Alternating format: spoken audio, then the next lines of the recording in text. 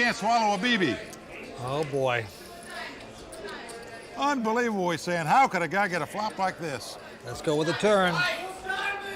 Spade or a queen. Well, 4 diamonds comes off. Jesse Yaginuma must catch anything that's not a spade or a queen to double up here. Oh, Paul Volpe would love to knock out Jesse right now. Can he do it? Can he catch the magic card? Here we go. That's a king. 2 kings are not going to do it. Jesse Yaginuma is going to double up here. We've still got 4 players left. Our third hour of coverage from the Commerce Casino in Los Angeles is just getting started, and we have a lot more to come, including the Royal Flush girls show us how well they tried their hand at Hold'em. And Tony Dunst will lay down the poker law as he sees it in another edition of The Raw Deal. Lots on board as our extended coverage of WPT's LAPC continues. Stick around. Season 11 of the World Poker Tour is brought to you by ClubWPT.com, where VIP members can win their share of $100,000 in cash and prizes every month. ClubWPT.com. Never lose a dime playing poker, guaranteed. Commerce Casino is the world's largest poker casino, and when you come to Commerce, it really is all about playing poker. The money's crazy here. We'll get celebrities, we'll get the top professionals from all over the world that want to come here, and especially during the LAPC. This week we actually played a cash game with some of the Commerce Casino fans. They got the experience of their lifetime to be able to play with these 4 girls. We have some skills up our sleeves, and we can play with you and give you a run for your money. Welcome back to the World Poker Tour. We are back at the Commerce Casino. As you can see, the chip leader is Paul Clan, the Canadian. He's an amateur player that owns a disaster restoration company. He's got 5.8 million in chips. And the antes are going up to 25,000. Mike blinds at 75, 150. Well, all 3 pros have over 2.5 million, though, so it's going to be a dogfight to see who takes down this title. All right. Danny Fuse quickly folding. Paul Volpe now. Look at this. With just 10 fours, going to make it 300,000 to go. Paul Clan behind him with an ace-6 of clubs. Well, he knows Paul Volpe is a very aggressive player. Could raise with any 2 cards. And look at this. This is going to be a re-raise, a 3-bet, and a nice one by Paul Clan.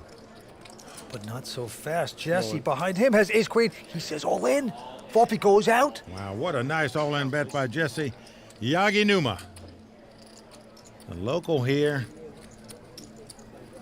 Paul Clan wants a count. Yeah.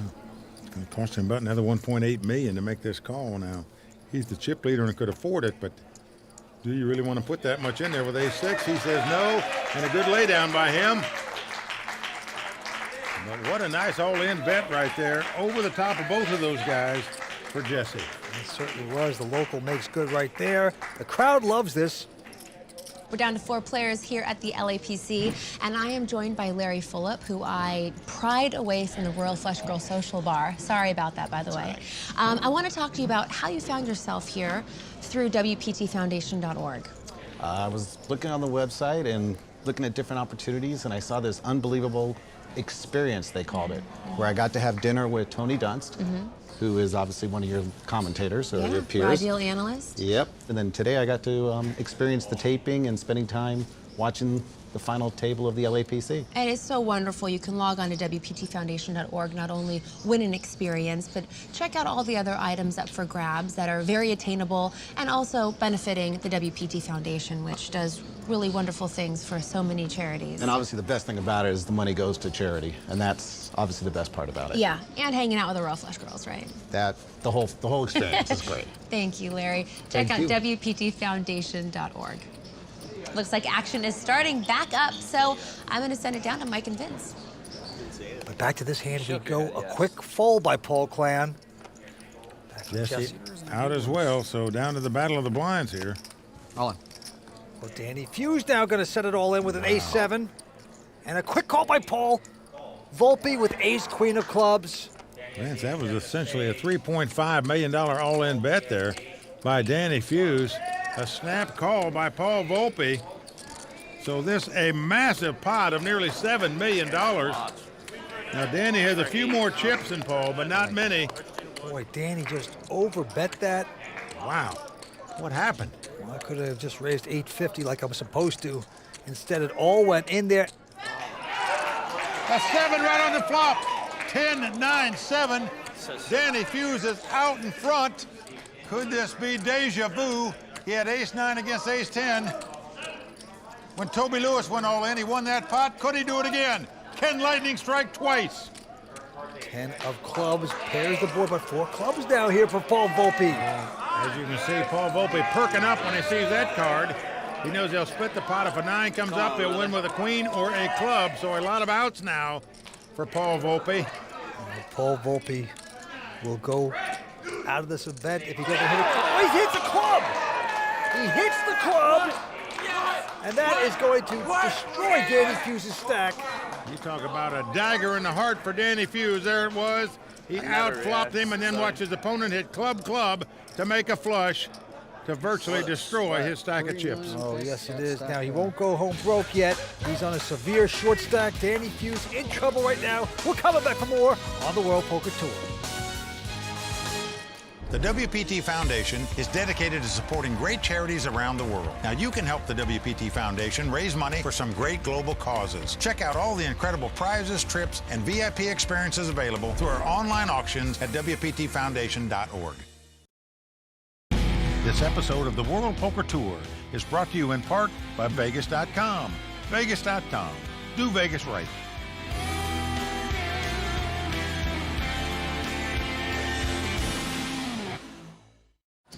Welcome back to Los Angeles and the Commerce Casino for our extended coverage of the WPT LAPC. There's a lot on the line for tonight's winner, a first place prize worth over $1 million, which includes a seat to the season-ending WPT World Championship.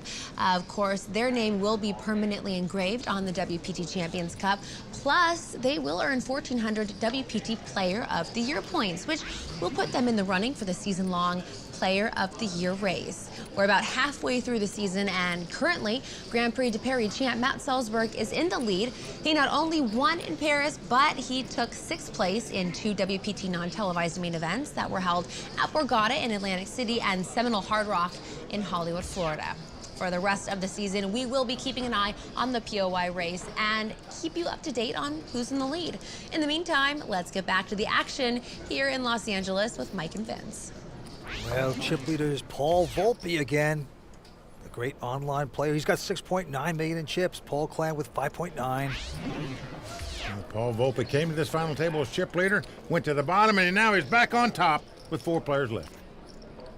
Danny Fuse on the extreme short stack. He's going to go all in with a queen-9 right now.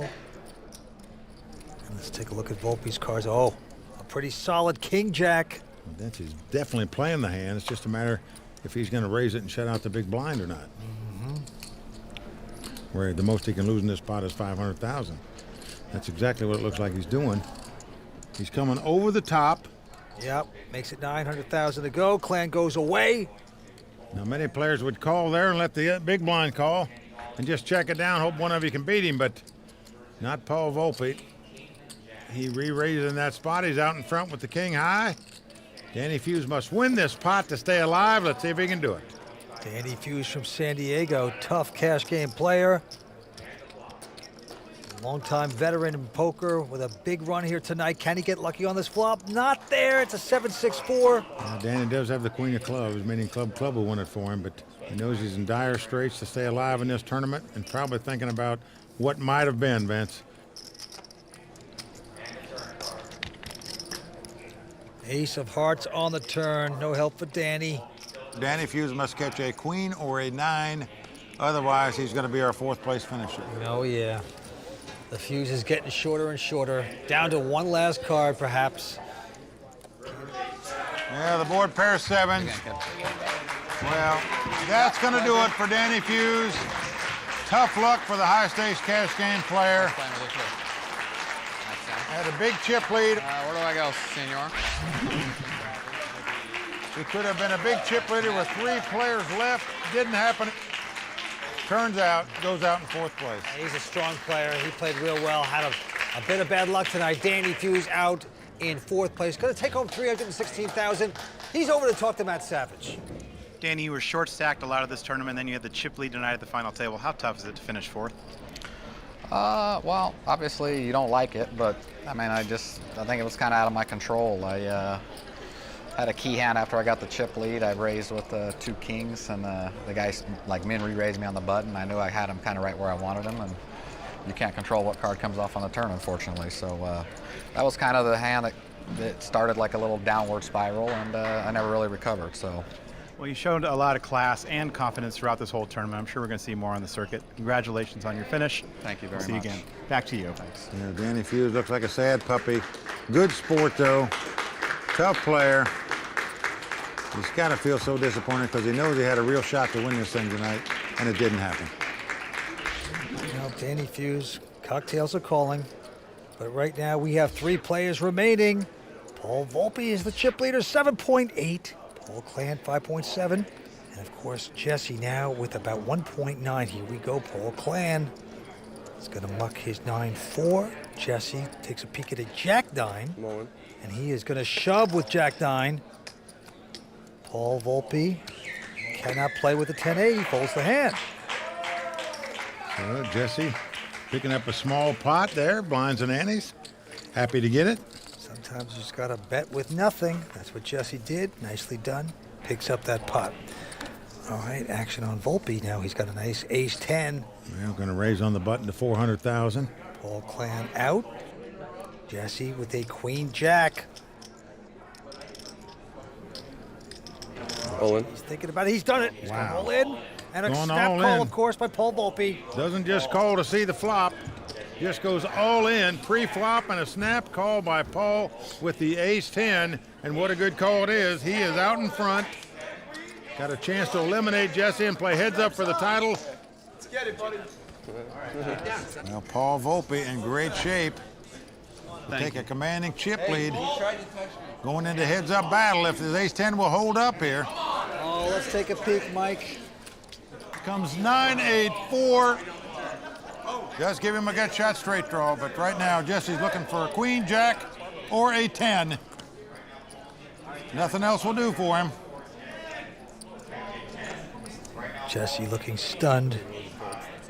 Must have a queen, jack, or a 10 to stay alive. Well, it's a 7. Now a jack won't do it for him. He must catch a queen or a 10. That's all. So Jesse in dire straits right now with 1 card to go. Rig it up. Let's go. All right, river card. It all comes down to this for Jesse. It's a 3. So there you go. Paul Volpe getting on a rush at the right time here, Vince. Quickly eliminates 2 players in succession, and he's playing heads up for the title. Well, Jesse played impeccable poker all night long. Very solid young guy. He'll take home $429,000 to brag about. Big effort here in LA, and right now he's going to talk to Matt Savage. Jesse, $429,000 is going to go nice into that cash game bankroll. I know you play a lot of cash games here, but you've played some tournaments recently and made some deep runs. How do you feel about your tournament game? I feel pretty good right now. I feel like I'm playing with confidence. I'm making some good reads, and this was a great tournament. It was a lot of fun, and I enjoyed myself. What's it like to have this kind of support behind you? You got a lot of great pros behind you. It's great. I couldn't ask for better friends and family, and put out a great showing today, and I really appreciate it. Well, it's been a lot of fun to watch. Congratulations. Thank you, man. Back to you. Great support, great friends, and of course he leaves with a smile with Jesse Yaganuma out in 3rd place. We're now heads up with Paul Clan and Paul Volpe getting ready to battle for the title. Heads up action is up next.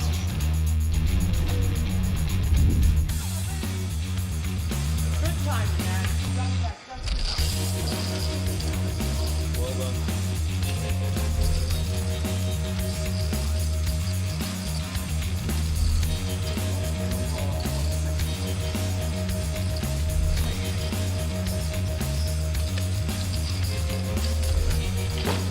That's it, boys.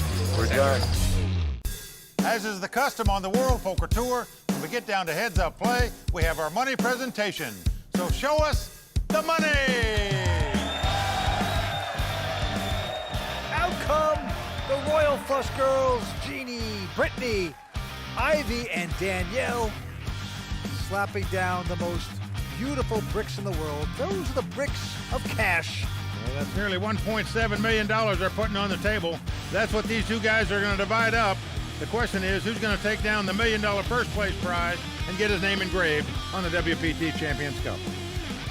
Heads-up action here at the Commerce Casino is about to get underway between Paul Volpe and Paul Klan. During the break, Matt Savage had a chance to speak with both players. Paul, you've been pretty quiet all night. Now your head's up for $1 million. How does it feel? It's amazing. I'm having the time of my life. It's great. Yeah, it's been an amazing run for you. Here you sit, facing Paul Volpe for heads up. How do you like your chances? Well, he's got a bigger chip stack. I'm going to have to change gears. I was pretty aggressive in the beginning. I tried to put some things through and it didn't work. I got a lot of pushback. So I backed off a little bit and they were still being aggressive. So I figured they'd eliminate themselves and here we sit. Well, good luck to you in this heads-up match. We'll see what happens. Thank you. Paul, it hasn't been easy, but you're back where you started with a chip lead and now heads up playing for $1 million. How do you feel? Super excited. I got worried when I was low on chips earlier, and I'm excited to be heads up. Hopefully I could win, finish it. What would it mean to have your first live win be a World Poker Tour title, especially here at the LA Poker Classic? Everything. I don't know how to answer. It would mean everything. So. Well, you've got great champions that have already won this event, Ivy and Mizrachi and Esfandiari. I think your name would fit really good with that list. I hope so. All right, back to you. Well, Vince, it seems pretty incredible that as much ebb and flow as we had in terms of chip leads at this final table, when the smoke is all cleared, the heads-up battle has come down to the two guys that came to this final table in first and second chip position. They're the ones playing for the title. It's pretty amazing. But let's take a look at the chip count. 9.1 for Volpe, 6.3 for Klan. Here we go. Vince, this is the World Poker Tour first. We've never had two Pauls fighting it out for a title. One thing's for sure, Paul will be the champion tonight. Great observation there, Mike. And Paul Volpe now, he's down a Jack 6. Is going to raise to 400,000. And Paul Klan with a Jack 4 will call it. I'm just saying, you're not going to push me around just by raising every time. Well, both players have flopped a pair of jacks, the top pair. Wow. Paul Klan has checked, and Volpe going to make the continuation bet with the jacks, 450,000. He certainly is. Now Klan with top pair. The worst kicker, though. I'm all in. Wow, he's going to push all in. Wow. What a play here by Paul Klan, and I'll tell you. How much? This makes it a big decision for Paul Volpe here. It's a $5.5 million raise. Now you're sitting in Volpe's seat.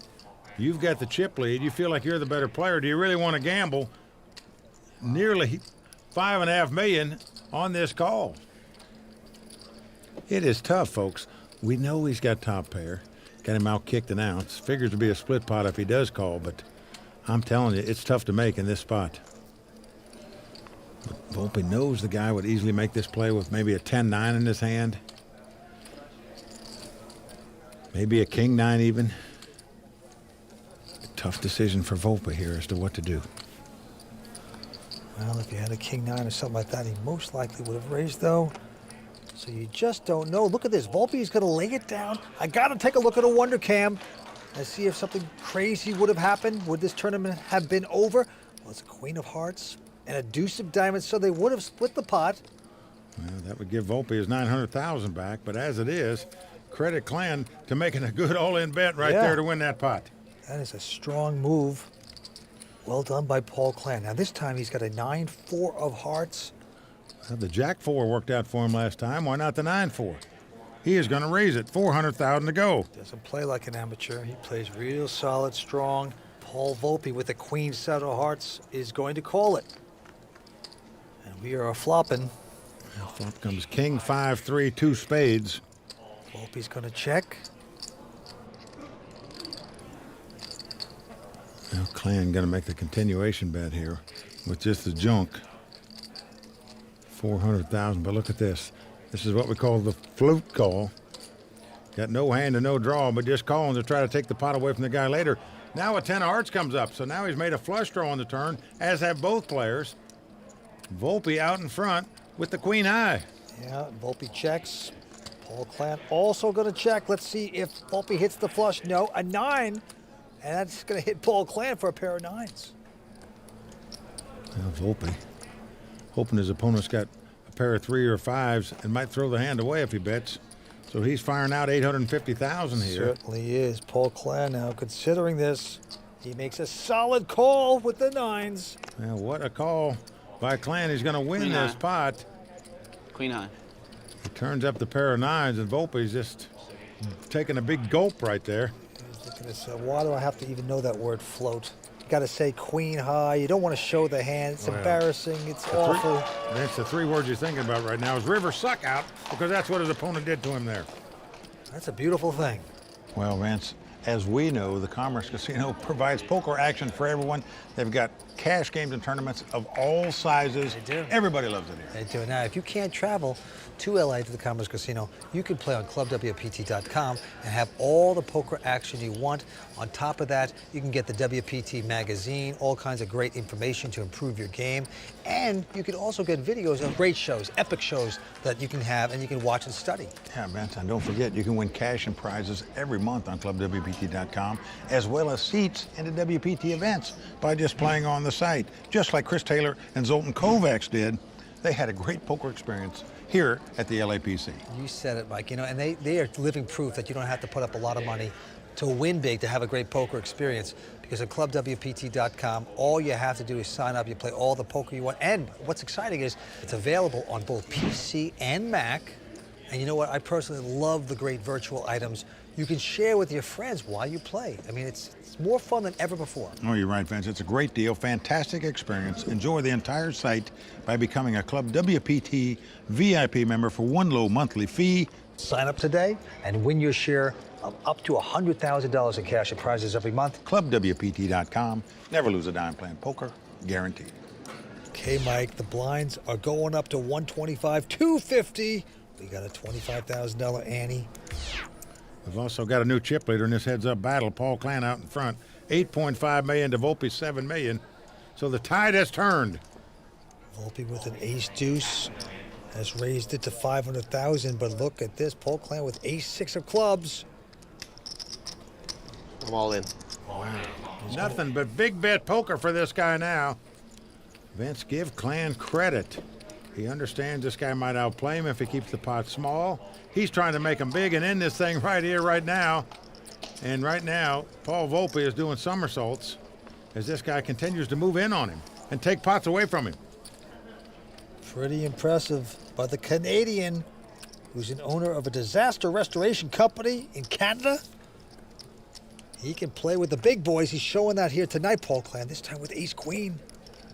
He's limping in on the button here. Doesn't raise with the ace-queen here. It's going to disguise a strong hand. Volpe happy to see a free flop with the 3 deuce. Yeah. And here comes the flop. Now flop comes ace deuce 7. So Volpe's flop bottom pair. Clan is flop top pair, as you can see, but you're not going to put the guy on an ace because he didn't raise before the flop, playing heads-up poker. That's the beauty of the disguise of the play. And now Clan looking great. Bets the aces, 500,000. And Volpe can't put him on an ace, most likely. And he's going to donate. Well, you don't put him on a pair either because he'd raise. And now a deuce comes off. A dream card for Volpe here. Hitting 3 of a kind. Just what the doctor ordered for him. He's got a great chance to win a big pot here, Vince. Oh, he's going to check. He's going to try to trap. Dug the hole, put the branches, the twigs over it, wait for the sucker to fall in. That's Mr. Clan. You got to bet if you're him. Of course. Your opponent could have a 4-5 and be drawn to a straight. Even maybe have a diamond draw. Well, the bet's 800,000.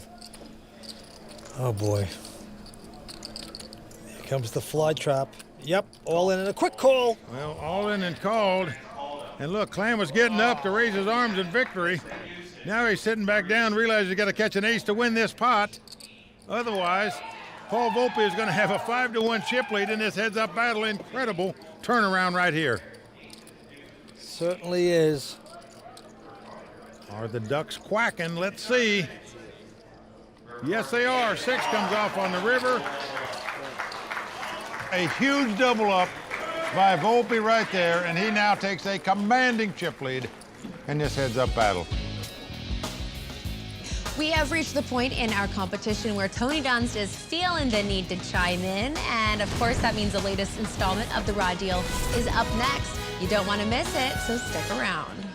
People don't play real poker on social poker sites because there's nothing to win. On ClubWPT.com, we play real poker for our share of $100,000 in real cash and prizes each month. It's real poker for real players. ClubWPT.com, never lose a dime playing poker, guaranteed. Welcome back to Los Angeles and our coverage of the WPT LAPC. Tony Dunst has been keeping an eye on the action at this final table and is ready to give us his thoughts in this edition of the Raw Deal.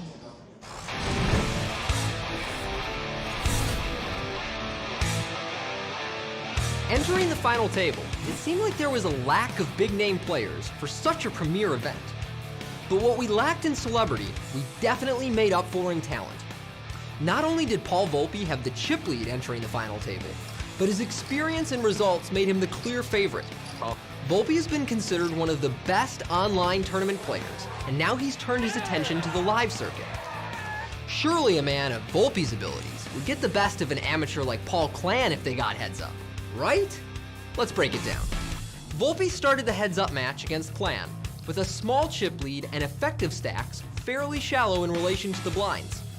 His goal was to avoid playing big pots pre-flop with Clan unless he was holding a strong hand, because he expected to have a serious edge in the decision-making game that goes on post-flop. Unfortunately for Volpe, Clan seems to have become aware that the best thing you can do when you're outmatched heads up is get all the money in. I was concerned Clan would get run over in this heads up match, but instead he comes out swinging. I'm all in. He crams 30 blinds into the pot over a continuation bet with top pair on a coordinated board in the first major confrontation, leading Volpe to fold a hand that would have chopped the pot. Then Clan mixed in a limp with a strong hand and completed ace-queen on the button. Volpe checked the big blind, leading to an ace-deuce-7 flop with a flush draw. Volpe checks, Clan bets, and Volpe calls with his pair. The turn brings a harmless-looking 2 of hearts, adding a second flush draw. When Volpe checks, Clan bets $800,000, and after a moment, Volpe shoves his entire $5.7 million. I love this play, because not only has Clan seemed eager to get the chips in the middle, but with the 2 flush draws out, Volpe is creating the impression that he's on a draw. Clan nearly beats him into the pot and finds himself drawing the 2 outs. Oh, nice hand. And here's where you see Volpe's talent in this match. He learns on the fly, and he continues to adjust to his opponent's style. I imagine Volpe was surprised by the degree of Clan's aggression as well, so the adjustment he made was to refrain from committing a bunch of chips until he could withstand that aggression. People often think that being the best player on the table means being the most aggressive player on the table. But sometimes a pro knows. Tight is right. There is the Champions Cup. All the great players, all the champions on the WPT have their name inscribed on that beautiful trophy. Tonight, one of these guys will also have that honor and take home over $1 million. Paul Volpe now out in front with close to $13 million. This time he's got a 9-10. He's getting raising chips. Look at this. Yeah, he's going to push all in. He's setting the man all in. I'm not crazy about this play. Well, Clan has a big hand and a quick call. I say I'm not crazy about it because had he just bet $500,000, his opponent's either going to go all in or fold the hand. So you learn the same thing by betting 20% as much as you did.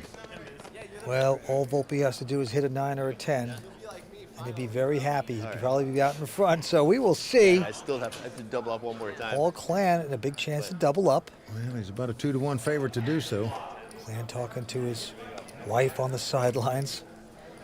Volpe knows he needs to get lucky in this hand to win. Here's the flop. It's a 4-4-3, 2 hearts. That's good for Clan. Like that. Well, he's nodding his head with happiness over that flop, that's for sure. Volpe trying to hide there. Saying, I need to get lucky here. He's got to catch a 10 or a 9. That's not a heart.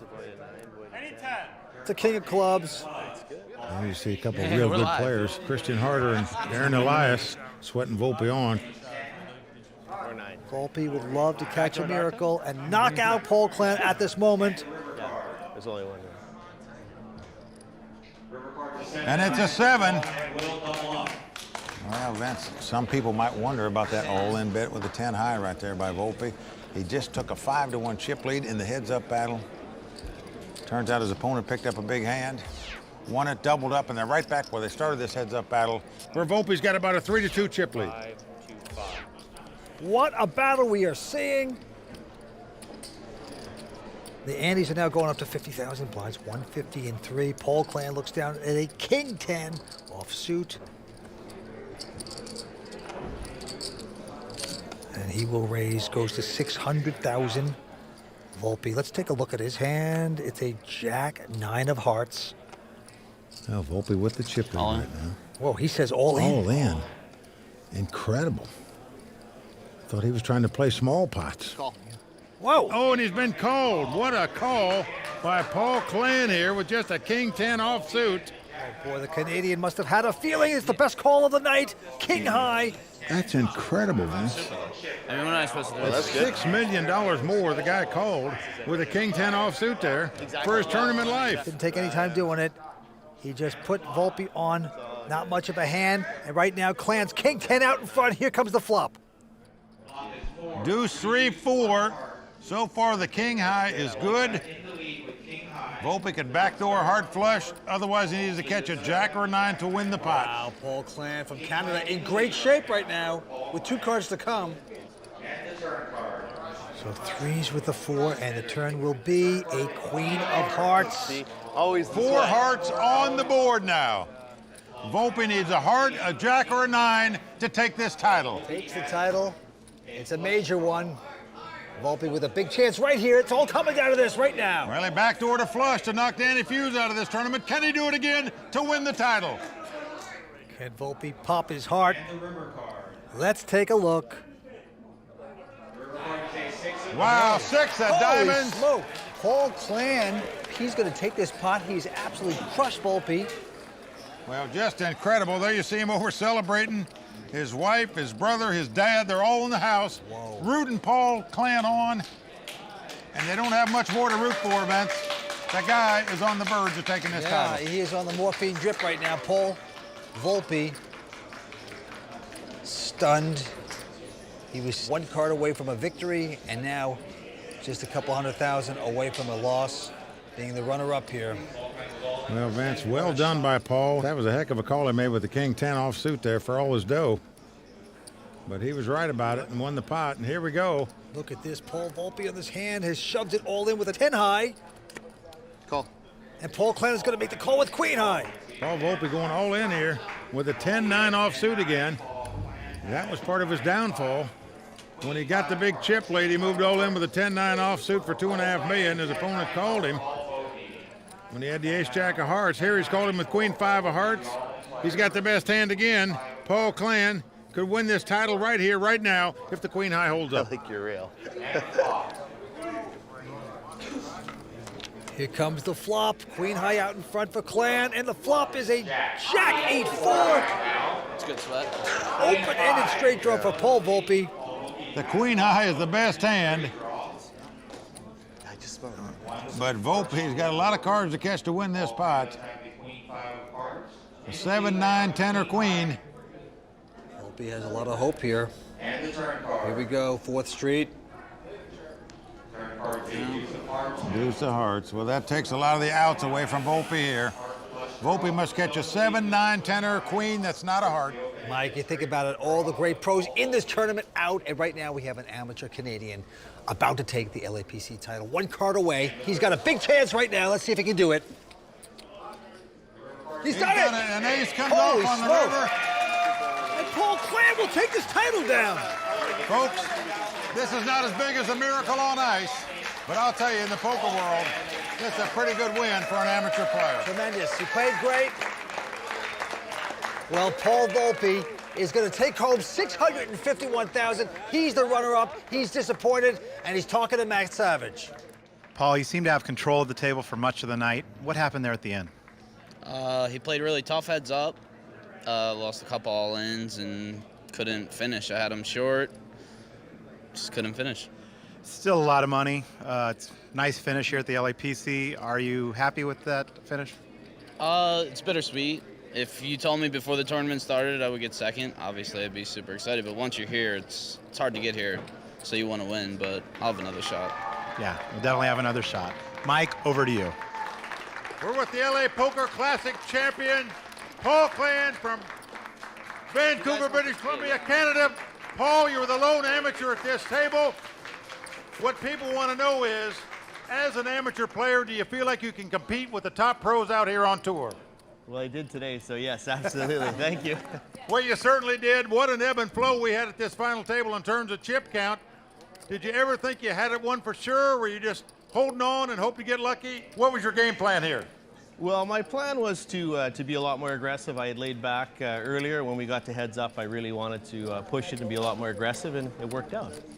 Well, it sure did work out. Paul Clan, WPT champion. Congratulations.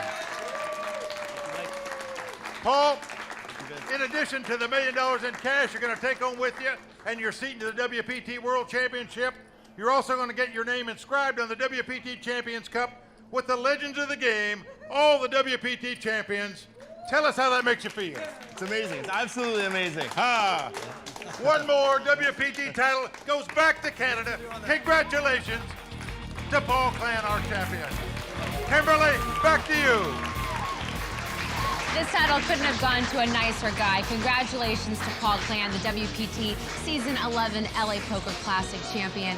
Join us next time as we travel to San Jose, California for one of the most unique events on the tour, the Bay 101 Shooting Star. For Mike Sexton, Vince Van Patten, Tony Dunst, Matt Savage, the Royal Flush Girls, and the whole WPT team, I'm Kimberly Lansing saying thanks for watching. I don't understand what this is for here.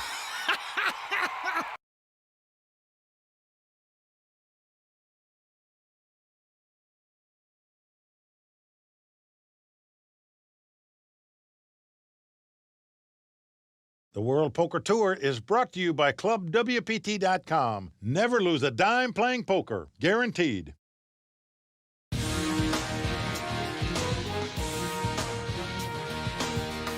Tonight in San Jose, fame and fortune are on the line, and the stakes have never been higher. The Season 11 Bay 101 Shooting Star begins now, and it's only on the WPT.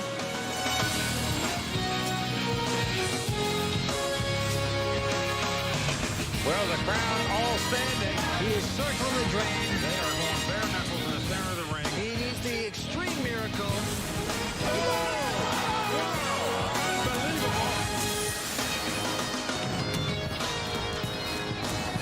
Hi, everyone. I'm Kimberly Lansing, and welcome to San Jose and Bay 101 Casino. For years, the WPT Bay 101 Shooting Star has turned out an impressive list of WPT champions.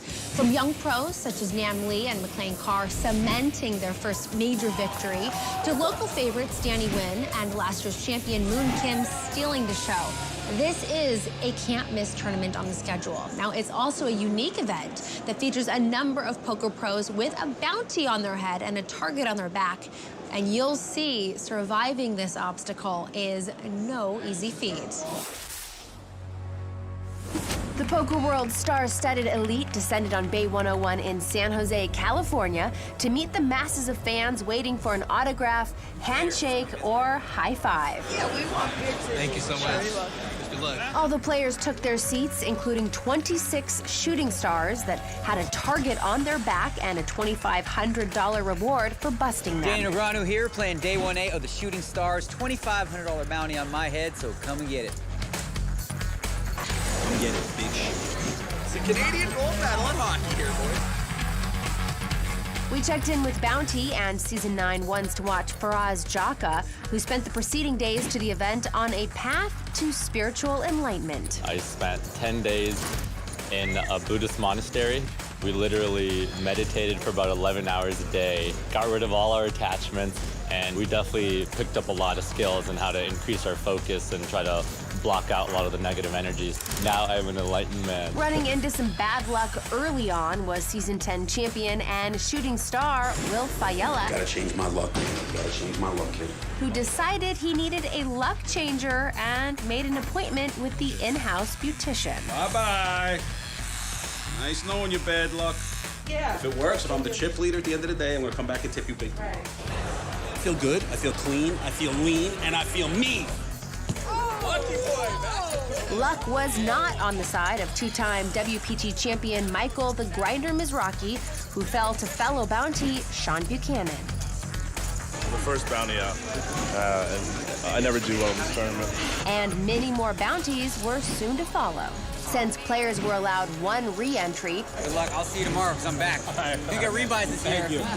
Busted poker pals Mohsen Charania and Faraz Jaka jumped back into action. Let's do it. Round two. Yeah. Although the day had seen so many casualties thus far, top pro and Season 9 once-to-watch bounty Jason Mercier was shocked and saddened after being busted out by Ahmad Azimzadeh. You bust out, you're supposed to sign the shirt, give it to him. I want it. Usually the people are like happy to get it, but I guess he didn't want it.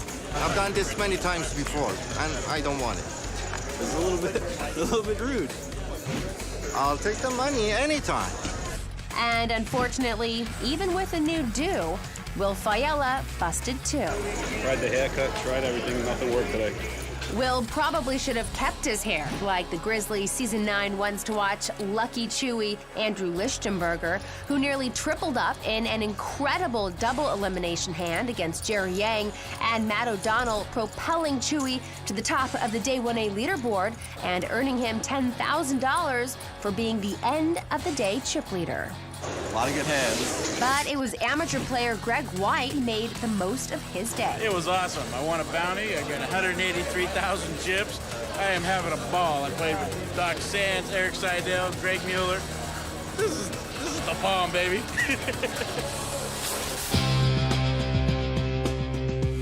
On behalf of Vince, Kimberly, Tony, the Royal Flush Girls, and everyone at the World Poker Tour, best of luck to all of you, and dealers, let's shuffle up and deal. As Mike Sexton and the team ushered in the start of play on Day 1B, 27 new bounty players entered the mix, and the local fans lined up to wish the shooting stars some luck and send their heroes into battle. With a target on their back, Season 11 ones-to-watch and first-time bounties Amanda Musamechi and Jason Somerville were ready for the challenge. Yeah, I'm up. I'm awake. Let's go. My first time, I just want to keep this. Is that an option? I have to win the tournament, right? How hard can that be? And since this tournament allowed re-entries, Season 11 ones-to-watch AP Faharat fired a second bullet, but was seated at the toughest table in the room. Day 1B, Bay 101, San Jose. Tough table is just gonna fold my way through day 2. As the Royal Flush Girls hit the floor to watch the action, Bay Area local legend Pat Lyons called his shot. I'm getting the damn bounty. If I'm not gonna be a bounty, I'm gonna get a bounty. But it was another local player, Joe Nguyen, who scored one of the first bounties of the day when his aces full bested shooting star Elke Grospellier's nines full. Across the room, shooting star David Williams was all in with the nut flush draw against local Rhea Motley's Pocket Kings. David hit an ace on the turn, but the ace king fell in the river, causing Rhea to jump out of her seat as she was awarded the pot, the money, the medal, and the t-shirt. I'm like a little bit famous for busting the nicest guy in poker ever. And while more bounties continue to fall, Mike, met us out. What do you want, man? Bay 101 local Pat Lyons was still looking to claim a bounty, and the action was on him after shooting star Joe Sirach moved all in with ace-queen, and a tough, young, and tilted pro, Dan Smith, moved all in over the top with queen-jack. Bounty. Time right now? You haven't looked. Of course I haven't looked. And I'll call. I don't care. I'll call. Pat made the call with ace-deuce. It doesn't matter to me. The flop came king 6-5. If you have no more queens, I might get a deuce and win this thing. Wheel drop. Yes! Let's go, baby! Come on, the dream is happening. Come on. Come on. Can we have a deal? Deuce! Deuce, Yahtzee. And it held on the river to eliminate both Dan and Joe, also claiming the reigning WPT Player of the Year's bounty. More shooting stars would hit the rail as the day came to an end, including our own Vince Van Patten. $7,500 poorer. I still had a good time. That was great action. And reigning champion, Moon Kim. Let's do this last. When the dust settled, it was Bay Area local Rhea Motley who not only picked up a bounty on day 1B, but also lined her pocket with the $10,000 bonus for being the end of the day chip leader. Yay! Look, got it. On her heels was Season 9 Bay 101 runner-up Stephen Kelly, WPT champions Taylor von Kriegenberg and Elke Gross-Pellier, who made good use of their re-entry, still in contention to add their name to the WPT Champions Cup. Will a bounty player make it to the final table this season? Find out when our extended coverage of the WPT Bay 101 Shooting Star continues right after this. And later, Jeannie gives us a tour of the Royal Flush Girls Social Bar. A lot coming up, all of it brought to you by ClubWPT.com. We'll be right back. Season 11 of the World Poker Tour is brought to you by ClubWPT.com, where VIP members can win their share of $100,000 in cash and prizes every month. ClubWPT.com. Never lose a dime playing poker, guaranteed.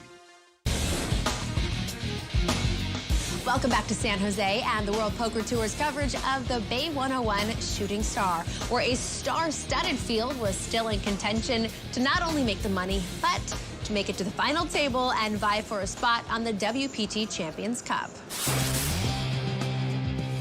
On day 2, as the remaining 255 settled into their seats, Bounty and Season 9 ones to watch Maria Ho was excited to get things started. It's my birthday today, so hopefully I'll get some birthday run good. Registration was now closed, and the Season 11 WPT Bay 101 Shooting Star had a record-breaking number of entries, creating an over $4.5 million prize pool with an over $1.1 million first-place prize. As the field took aim at making the money and adding their name to the WPT Champions Cup, 16 shooting stars still had a $2,500 bounty on their head, including Season 9 WPT Player of the Year Andy Frankenberger, Jennifer Harmon, our own Mike Sexton, and Season 11 ones to watch Jason Somerville. It's going to be a long, long day, and hopefully I'll be here for all of it. Hot out the gates was shooting star Christian Harder, who won multiple pots off of LAPC runner-up Paul Volpe. Charter show. Table 30, day 2. Which drew some envy from his table mate, WSOP main event champion Jonathan Duhamel. With the money bubble approaching, local pro Kai Chang scored his second bounty of the tournament when his pocket queens bested WPT World Champion David Chu's Ace Queen. Now, playing hand for hand, there were a number of players hanging in there, trying not to go home empty-handed.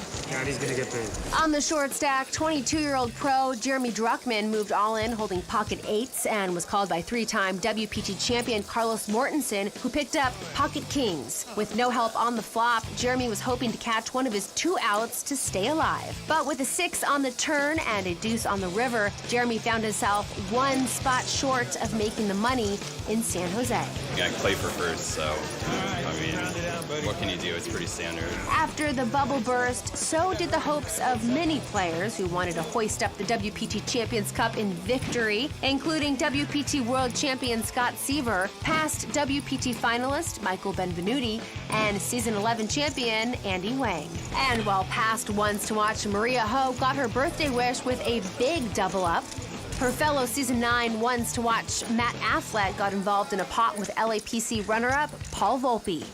On a low board, Paul check-raised Matt on the turn, holding the nut straight. Matt, who turned a set of 7s, went into the tank before making the call. The 3 of hearts on the river did not change anything. Matt quickly called off the rest of his chips, and after seeing he was beat, pushed his chips toward Paul and made an exit in 52nd place. Play ended for the day, and the 44 remaining players bagged their chips. Leading the way and making quite a run in back-to-back tournaments was WPT finalist Paul Volpe. But there was a tough battle ahead to make the final table with 6 shooting stars standing in his way, including Antonio Esfandiari, who was feeling very confident in his play. I'm keeping my own bounty. You know why? Because I am going to win this thing. It's day 3 of the Bay 101 Shooting Star. We're playing down to the final table today, and I'm California Dreamin'. Season 11 LAPC champion Paul Clan was excited to have a shot at making back-to-back final tables and started day 3 hot with a double-up. But his fellow LAPC tablemate and start-a-day chip leader Paul Volpe hit a bump in the road when local Joe Nguyen doubled through him. All eyes were still on the 6 remaining shooting stars in the field when WPT champion Eric Seidel knocked out fellow bounty and Season 11 ones to watch Jason Somerville in 42nd place. I'm feeling a little disappointed because I had so many chips at one point, and if you could see the graph, it was like so good, so good, so good, and then it was like, eh. And Jason wasn't the only player to lose all of his chips. After a few more eliminations, the 36 players left in the field went to 6-handed tables, and the play became even more aggressive. Quick to hit the rail were 3-time WPT champion Carlos Mortensen, Season 7 Bay 101 runner-up Kathy Liebert, and Day 1-8 chip leader and former ones to watch Lucky Chewy Andrew Lichtenberger. Chips continued to fly when Paul Clan moved all in with an open-ended straight draw after seeing a flop of 6-7-8.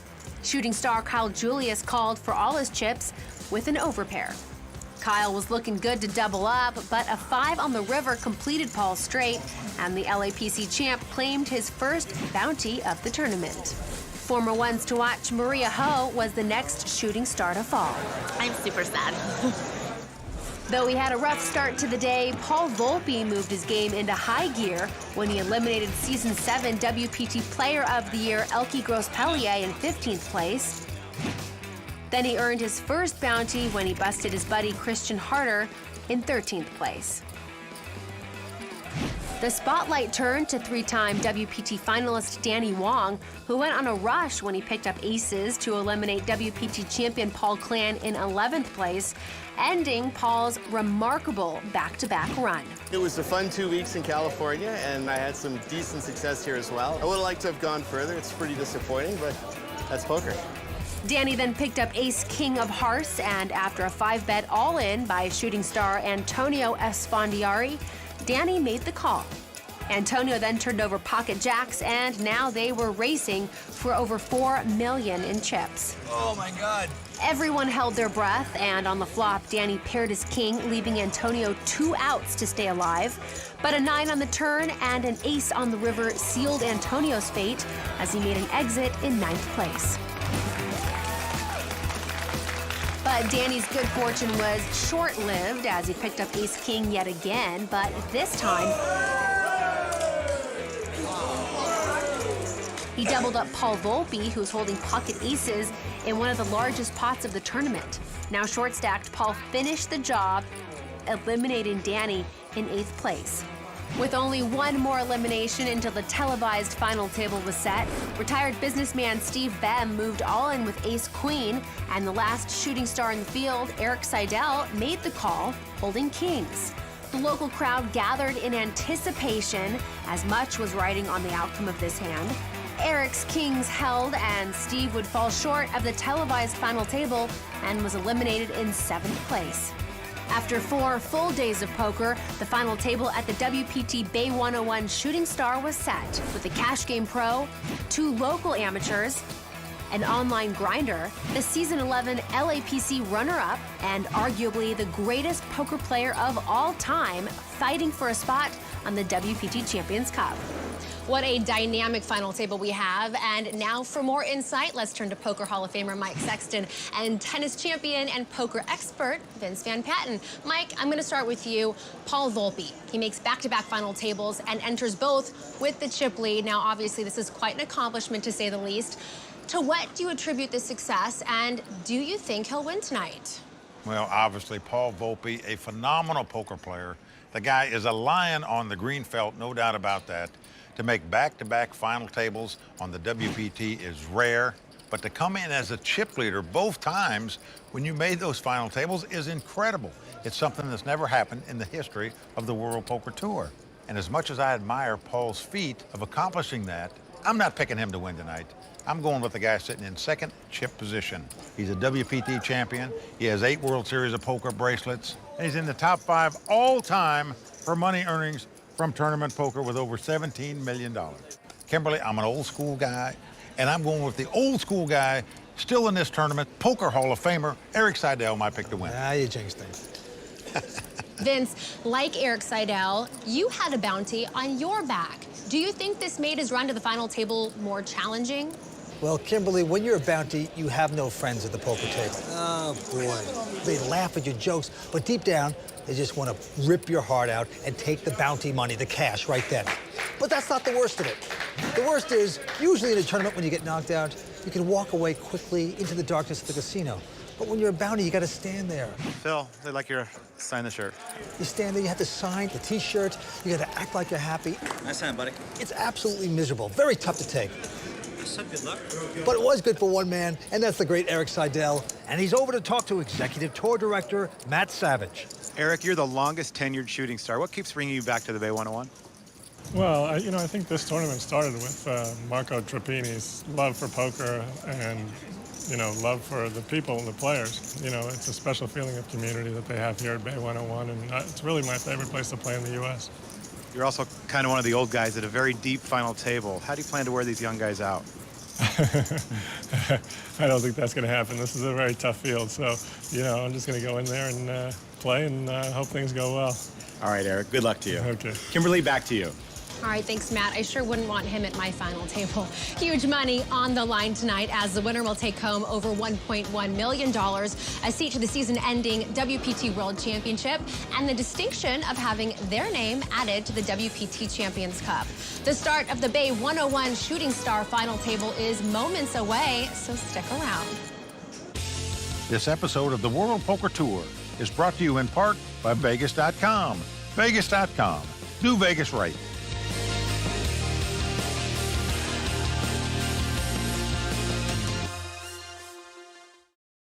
Sometimes we want to play poker without the hassling with traffic, the crowded poker rooms. That's why we love ClubWPT.com, where we play for our share of $100,000 in monthly cash and prizes from the comfort from our homes. ClubWPT.com. Never lose a dime playing poker, guaranteed.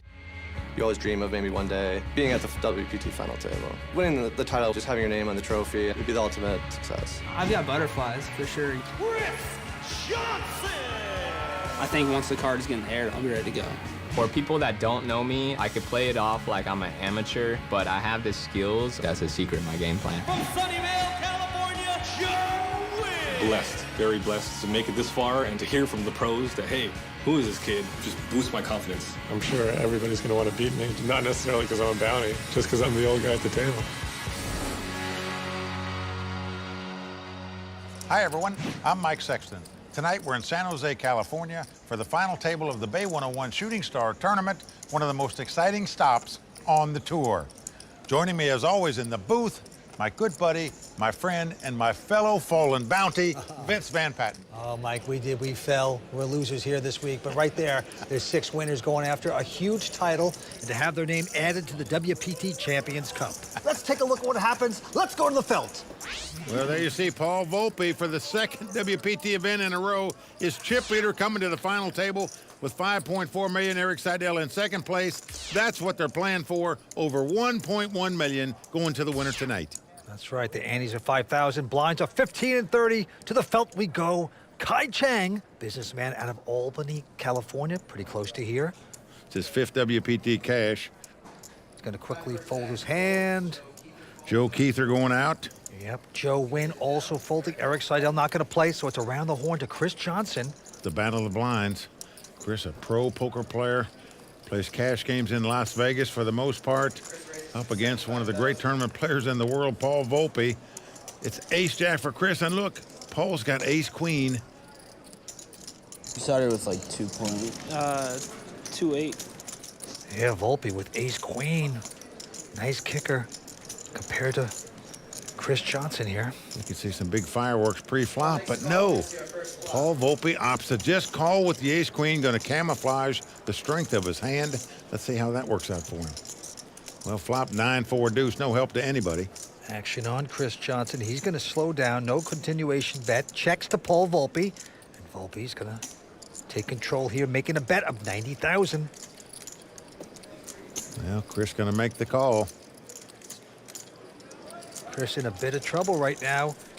Well, he's in a lot of trouble right now, Vince, as you point out, because he's drawing completely dead. Queen, that is great for Volpe. Hitting his queens. Chris Johnson checks. Volpe going to stick in another bet, 200,000.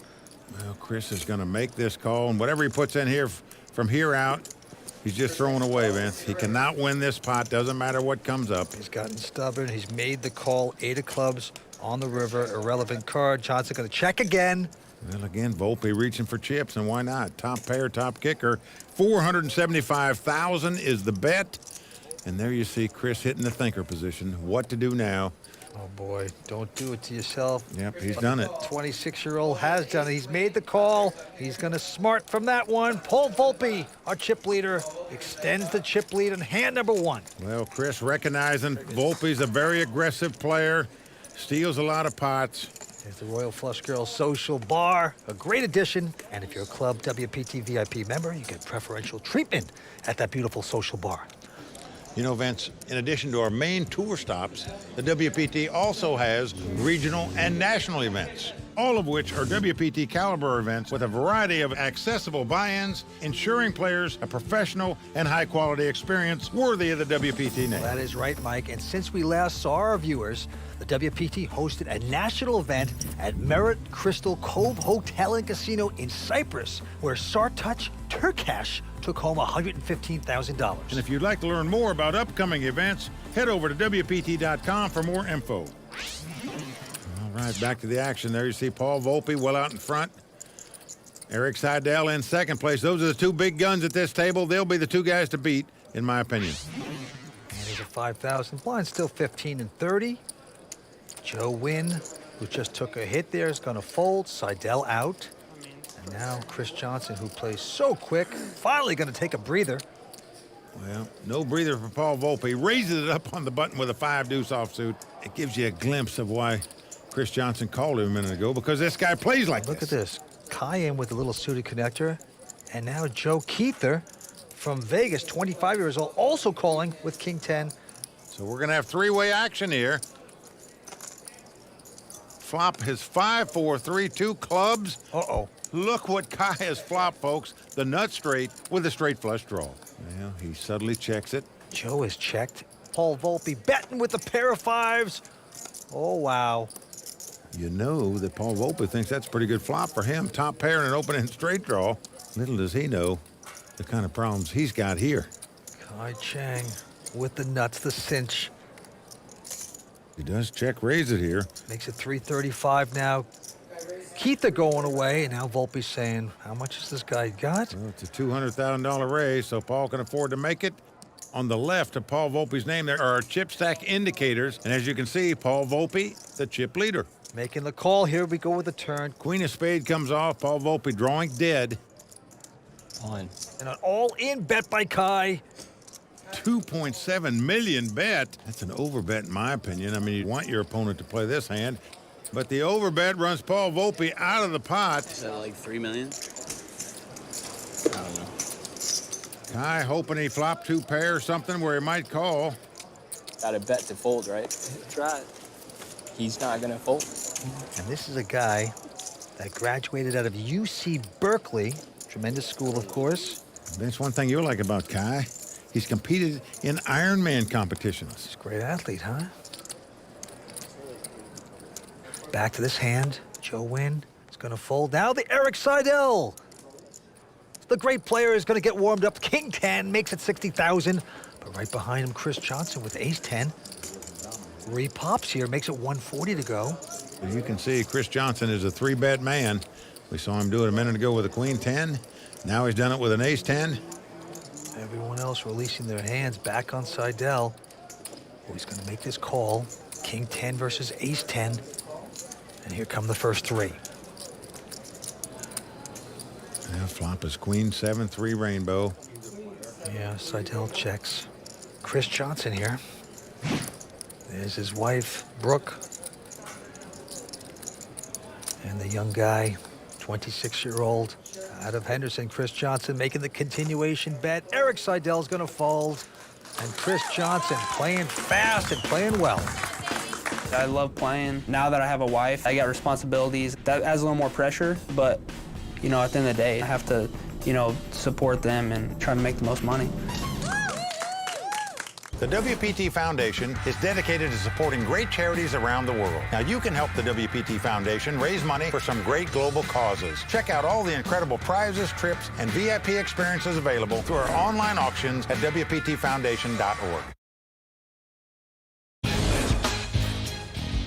Welcome back to the World Poker Tour's coverage of the Bay 101 Shooting Star.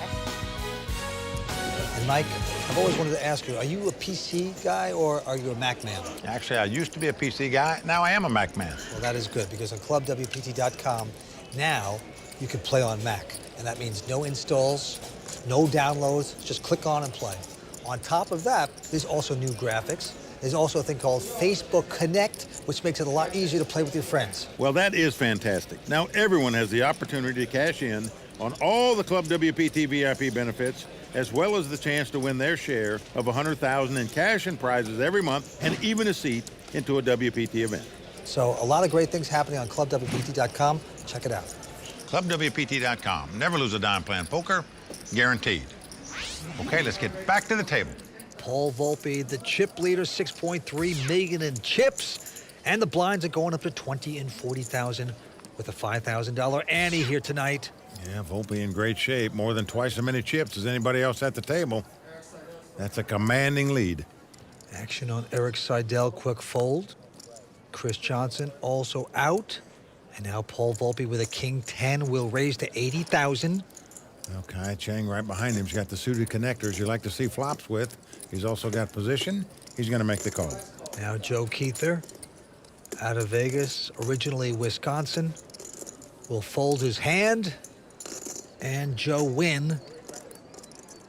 Wow, a little surprised he'd fold that for 40,000, but he did. So here we go. King 10 versus 8-7, and the flop comes up. Look at that, 3 queens. Well, lucky ladies. 3 queens come out there. Well, Volpe going to make the continuation bet here. Kai Chang with nothing. Going to make a min raise. Makes it 200,000. He is going to represent that he's got a full house, some kind of small pair in his hand. Volpe not buying it and makes the call. What a call by Volpe here. Well, a jack comes off. And Paul's going to check. Could Kai possibly make another bet here, Vince? He is not slowing down, Vince. He is firing again. Just 150,000, though. Pot's got 650,000 in it. Will Volpe figure this out?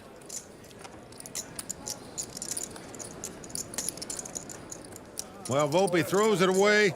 Chalk that pot up to the aggression of Kai Chang. Well played right there. Businessman, my foot, Vince. This guy is a poker player. He's high. Show my quads. A lot of imagination there by the guy that's a graduate of UC Berkeley. Right now, Paul Volpe, 5.8 million. Kai Chang has now taken second chip position with 3.5. Eric dropping down to third. All right, back to the table we go. The next hand, Eric Seidel folds. Chris Johnson looks down at a pair of jacks. Nice hand here. Comes in for 85,000. Certainly does. A nice solid pair of jacks. Behind him, Paul Volpe with a queen 7 of hearts. Wow, he's getting out raising chips. Well, he is 3-betting it up to 215,000. This sort of explains why Chris called him in that first pot. We've seen him raise with 5 deuce, 3 bets with queen 7s. Plays very aggressive, Volpe. Johnson knows it. Let's see what he's going to do now with the jacks as everybody else folds. Call. Well, he's just going to make the call. Not going to re-raise. So we have jacks up against queen 7 of hearts. And to the flop we go. And flop comes king 5-3. So the overcard comes out there. You never like to see that when you get a pair of jacks. You don't want to see aces or kings come up, but it has. And Volpe has bet. Bets 180 with his nothing. But this Chris he's tough and stubborn. He's going to make this call. Yep, not going anywhere. Calls 180,000. To the turn we go. Oh, nice turn card there for Volpe. Gives him a flush draw. Chris gonna check again. Volpe now seeing an opportunity. He's bluffing with nothing, and now he's got a 4 flush, so he's gonna stick out another bluff, it appears. Well, he could take the free card off here if he wanted to. Forget about free cards with this guy. 440,000. And that will put the test to Chris Johnson, but Vince, he passed it with flying colors. Calls without hesitation here. Auto call, beautifully done by Chris. Down to the river we go. I'll put the caution lights on right there for Volpe. No flush for Volpe. Pairs the board with deuces. Well, Chris checks. Volpe has got to understand if he got called on the turn, he's going to get called on the river. Will he throw more chips away? Nope. Smart enough to recognize he's going to get called on the river. He makes a good check on the river. Chris Johnson taking down the pot with jacks up. Yeah, very nicely done by Chris Johnson. And there's his wife and family rooting him on. He's off to a great start tonight. Right now, Jeannie going to give us a little tour of the Royal Flush Girl Social Bar. Hi, I'm Jeannie, one of the Royal Flush Girls, and welcome to our Royal Flush Girl Social Bar. Hanging out at the Royal Flush Girls Social Bar here at Bay 101 is amazing. It's where our players and fans can come hang out with us on their breaks or if they happen to bust out, and we can console them. And get some love. We play video games with them when they're on their breaks. Yeah. We have past episodes of this event. We have chip standing, Twitter board, so if you tweet to World Poker Tour, your tweet and pictures will show up. Danielle, one of our beautiful Royal Flush Girls, playing with Dylan Horton, one of our Season 10 ones to watch. And our beautiful Ivy is guarding our cell phone charger station. Hi, guarding the phones. Make sure nobody takes them. No drinks, sorry. We only offers chit-chat, talks, giggles, and laughter. But it's the best drink ever. Come hang out with the Royal Flush Girls, have some fun. This is like our home away from home. Best bar ever in the world. Vince, the best bar in the world. Does it have a happy hour? That's what I want to know. Well, they do look happy right there. They're having a great time.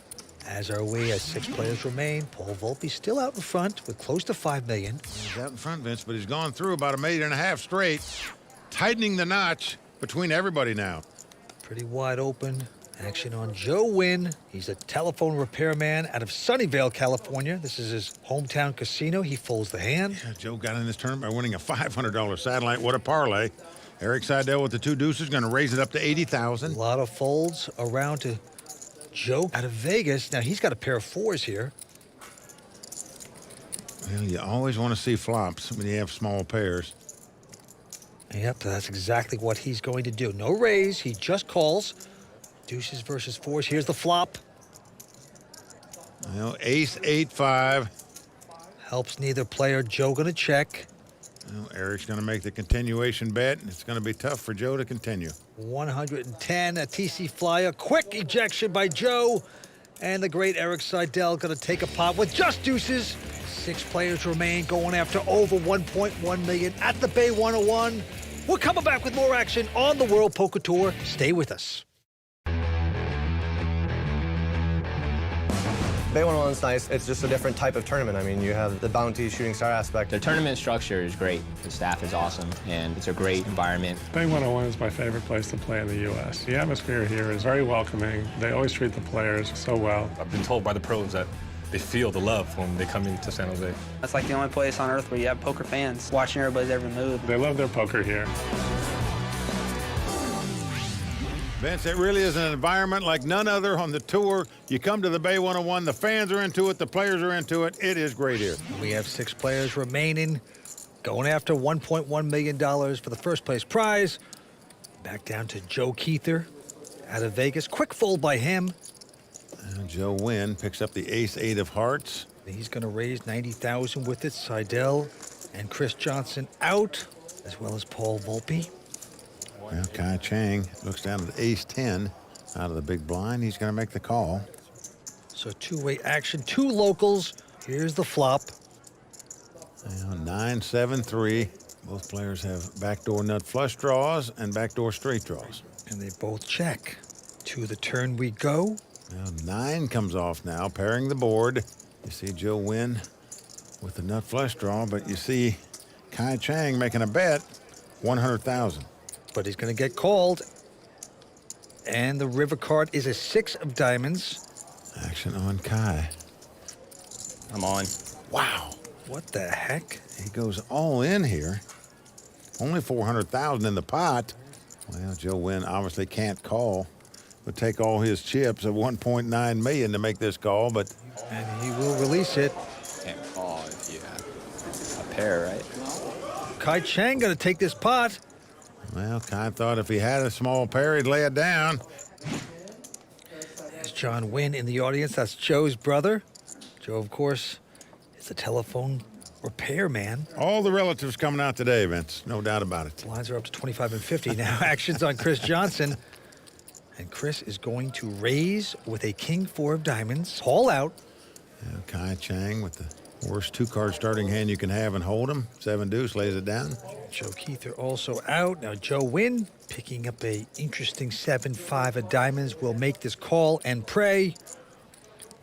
It's the kind of hand you like to see flops with, but you don't like to see those flops. King, Queen, 10 with 2 spades, about as far away from your hand as possible. He checks. Good, decent for Chris, hitting top pair.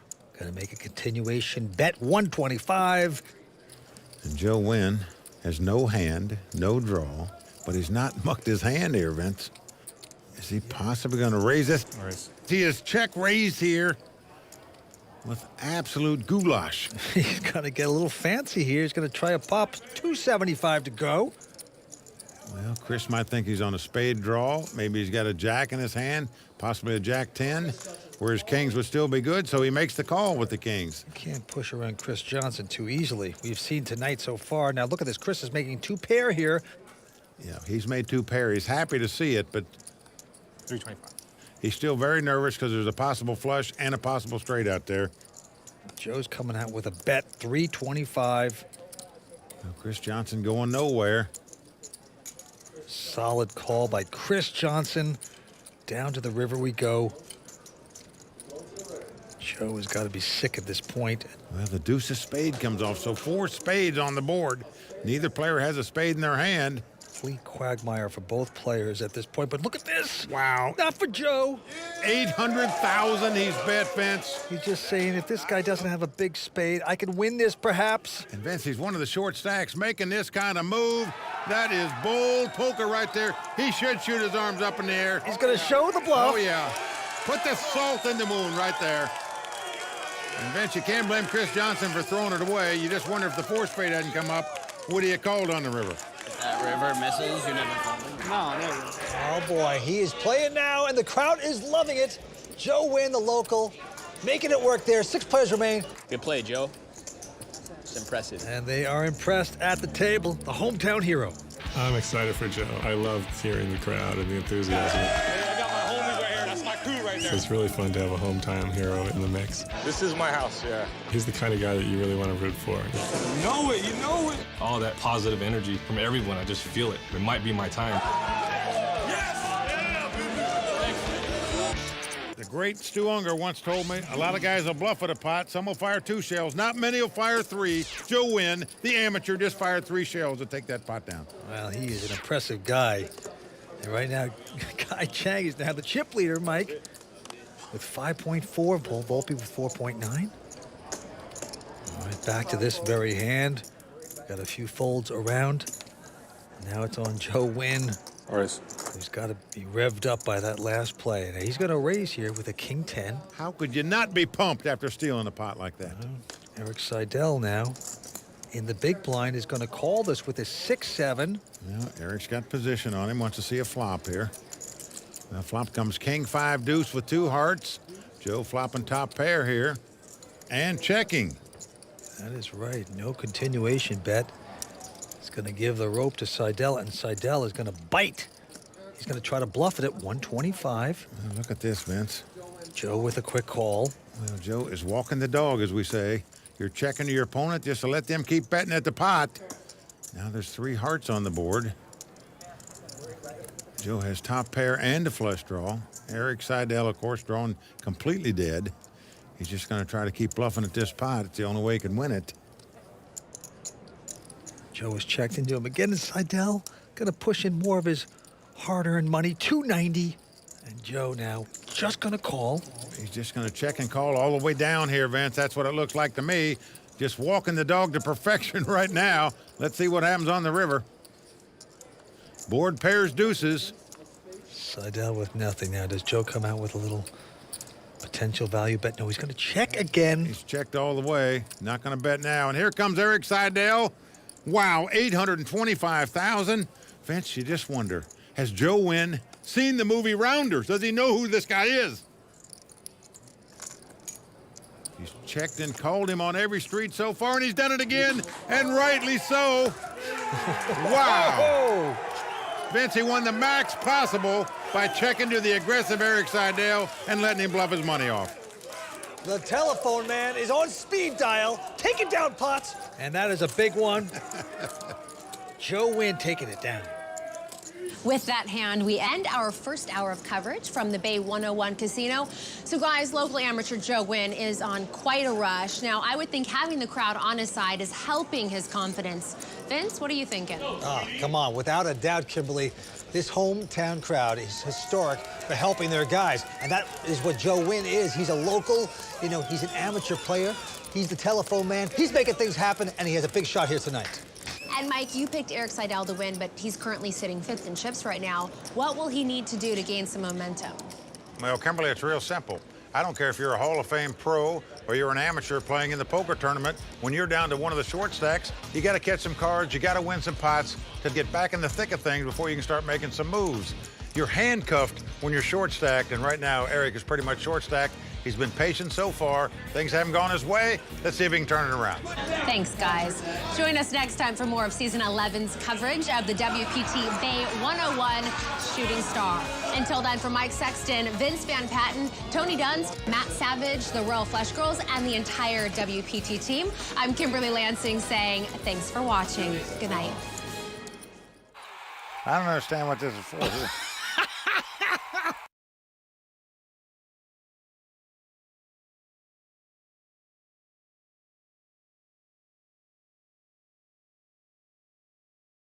The World Poker Tour is brought to you by ClubWPT.com. Never lose a dime playing poker. Guaranteed.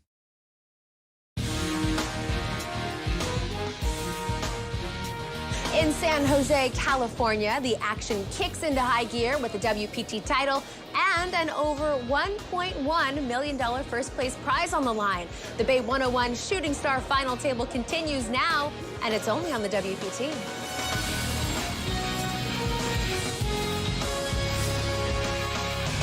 Well, the crowd all standing. He is circling the drain. They are going bare knuckles in the center of the ring. He needs the extreme miracle.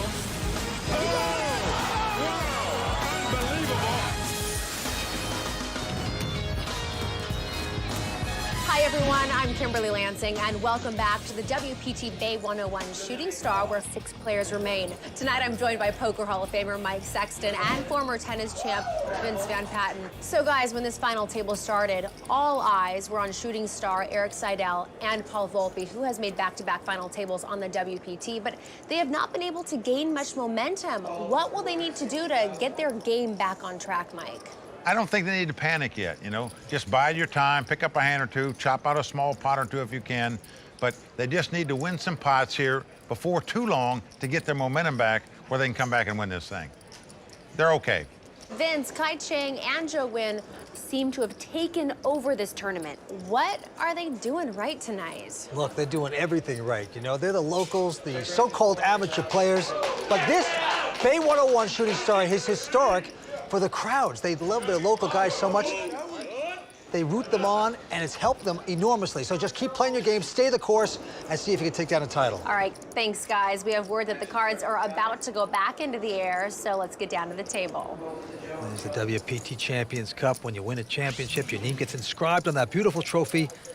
And there's the chip leader right now, Kai Chang, with $5.2 million in chips. Kai Chang, a businessman, but make no mistake, it's his 5th cash on the WPT. He is a player.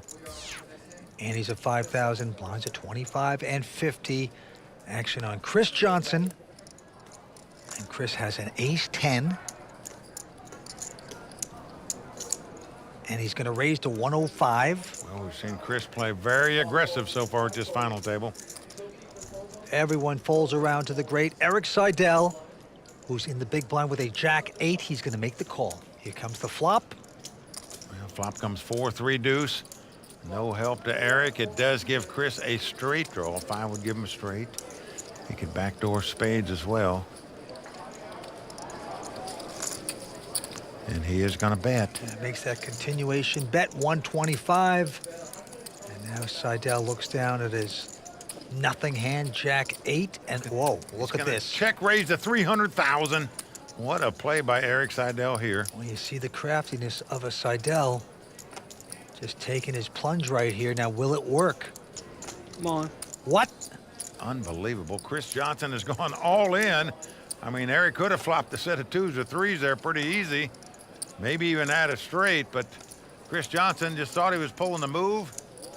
He is exactly right about that. Eric just posturing here. Zero chance he can call. He has nothing. So he's going to throw the hand away. Just a matter of when. But what an all-in bet by Chris Johnson there for his tournament life. Vince, this guy's aggressiveness has really impressed me at this final table. Seidel's just got to be saying to himself, it used to be easy. Who are these guys? I make a move like that, the guy comes back over the top. That is tough poker. Well, action's going to be on Volpe, the guy that came to this final table as chip leader, and it's the second WPT event in a row. Never been done before in the history of the tour. Going to raise it here to 100,000. With ace-6. Fold by Chang and Keither. Joe Nguyen is going to make this call with queen 6 of diamonds. Everyone's fold, but Joe Nguyen. Here we go with the flop. Queen 10-3. That is nice for Joe Nguyen, hitting queens. And Paul Volpe's going to bet 125. A quick call by Joe. Joe going nowhere, makes the call with top pair. And now the turn card. 7 of hearts. So Paul Volpe with nothing. Well, he checks, and before he got the check finished, Joe Nguyen had chips going in the pot. He bet that fast. Yeah, 150. Usually that's a sign of weakness, but maybe Paul's thinking that because he's making this call. Down to the river we go. And a jack on the river. Well, Volpe's got to recognize now there's no hand he can beat. Volpe going to try to represent. He's got ace-king or something, I guess. He is going to bet here. It looks like. Incredible. 510,000. Joe's going to be saying to himself, does this guy really have ace-king? Call. I don't believe it. I'm calling him, and another good call by Joe Nguyen. These guys will get the message soon. Quit trying to bluff this guy. The local, the amateur at the table doing great so far, no doubt about it. Ring-a-ding-ding for the telephone man. It's been the amateurs crushing tonight, and so far it's just not happening for pros like Paul Volpe and Eric Seidel. Eric Seidel, it's the brainiac. It's the wizard. He's just always ahead of the curve. Eric Seidel, champion. One of the greatest players out there. Obviously as good as it gets. Eric Seidel, as big a name you can get in poker. I mean, he's won everything. He stood the test of time. The game of poker is all about adaptability, so I've been trying to adapt my entire career. I don't know how far off in the horizon retirement is, but at this point, I still enjoy playing and keeps me off the streets, and what am I going to do? I don't really have enough skills to do anything else. No, he doesn't need to do anything else. Guy's made over $17 million in his poker career, won about everything you can win. Poker Hall of Famer. What more can you say about Eric Seidel? Okay, the winner's going to take home over $1.1 million tonight. Also get that seat at the WPT World Championship at Bellagio. And the amateur, the guy who got in this tournament on a $500 satellite, Joe Nguyen, a local player right here at the Bay 101, our chip leader, with nearly $5.5 million in chips. Well, Vince, and look at the two guys he's picked off that tried to bluff him in the last 2 pots. The 2 guys we were raving about, Eric Seidel and Paul Volpe, and he's just whittling them down. And he's at 10,000, blinds at 30 and 60. Here we go. Couple folds around to Joe Keither. Out of Vegas, 25 years old, gonna fold. Now Joe Nguyen also folding. Eric Seidel with just a 10-8, gonna call. Check. And Chris is gonna slow down with his 9-8. Wow, first time Chris hasn't raised since he's been in the pot. And look at a flop here. Oh, great flop for Seidel. Comes 10-8 deuce. Eric has flopped the top 2 pair. Not slow playing him, firing right out. Yeah, nothing tricky right there. Going to bet 90,000, but Chris is not going anywhere. He's got a little piece of that pair of eights. He's made the call. He's got middle pair. Most people would call. Now the 4 of spade comes off. Great card there for Seidel. Can't really help. Seidel is going to bet again. 250,000. Well, Chris thinking Eric might possibly have a flush draw, some type of straight draw, may just be bluffing. He's going to call him for 250,000, drawing completely dead here. No card Chris can catch to win this pot. Okay, and the river card comes up. It's a 3 of hearts, helps neither player. Well, Eric getting out betting chips. 650,000 he's betting. Tough decision now for Chris Johnson as to what to do. You see the anguish by Chris Johnson here. He knows virtually now all it can beat is a bluff. There's his wife feeling his pain. Chris Johnson, very religious guy. They go to church every Sunday. Eric gave me the most problem yesterday. He's so smart and he's just so experienced. I've been thinking a lot about how I'm going to combat what he's been doing with me, so hopefully it works out. Well, see how he combats this. I like the bet size here by Eric Seidel. There's 860 in the pot. He's bet 650,000, a little over what most guys would bet. They like to bet about half the pot. And Chris is thinking, this guy might be bluffing. And he's going to call. Just doesn't want to be bluffed out. But Eric Seidel shows down 2 pair, and he's going to win that pot. One he desperately needed. So Eric Seidel looking good right there. Plays it fast, taking down a good one. Plenty more to come from San Jose and the WPT Bay 101 shooting star, including a look back at one of Season 10's best moments. Tony Dunst breaking it down in the raw deal, and the Royal Flush Girls set their sights on a few bounties of their own. It's all coming up next. Don't go away. Social poker sites aren't real poker because there's nothing to win. They're just all-in fests. That's why we play real poker on ClubWPT.com, where we can win our share of $100,000 in cash and prizes every month. ClubWPT.com. Never lose a dime playing poker, guaranteed. The bounties add so much action to the tournament. Day 1, I busted Elkie and got a bounty. It's kind of cool, actually. In the river, the 9. And we're going to lose Christian Harder. Thanks, bro. I can't imagine not wearing this everywhere. Let's get together. For the cameras. There you go. I think that's the first one I remember winning. I took out David Chu and Top Brunson. I should have told you I was a bounty. I'm really happy to almost get my buy-in back. I did not collect any bounties yet, but there's still one left, so maybe I'll get that one.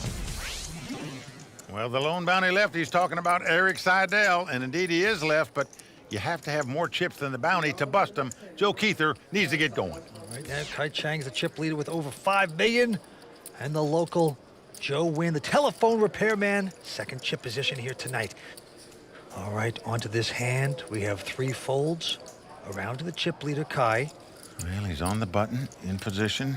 Got the 8-5 of spades, and as you can see, he's going to raise it. To Joe Keither. And Joe is, well, he's been on a drought tonight with hands, but now he picks up a pair of jacks. All in. And he's on the short stack, and he's going to push all in.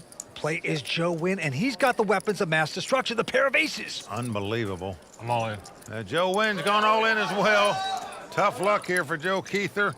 Finally picks up a hand on the short stack, 2 jacks, and the big blind finds 2 aces. Obviously, Kai going to get out of their way. Unbelievable. Joe Keither from Wisconsin, graduate of University of Wisconsin, in a heap of trouble right now against the local telephone repairman. Well, he's a big Green Bay Packer fan, and right now the cheesehead looks like he's got Swiss cheese here with these jacks. Let's see, get some help. Let's see if Keither can hit his jack. No, in fact, an ace hits on the flop, giving 3 of a kind to the local Joe Nguyen. The crowd going nuts.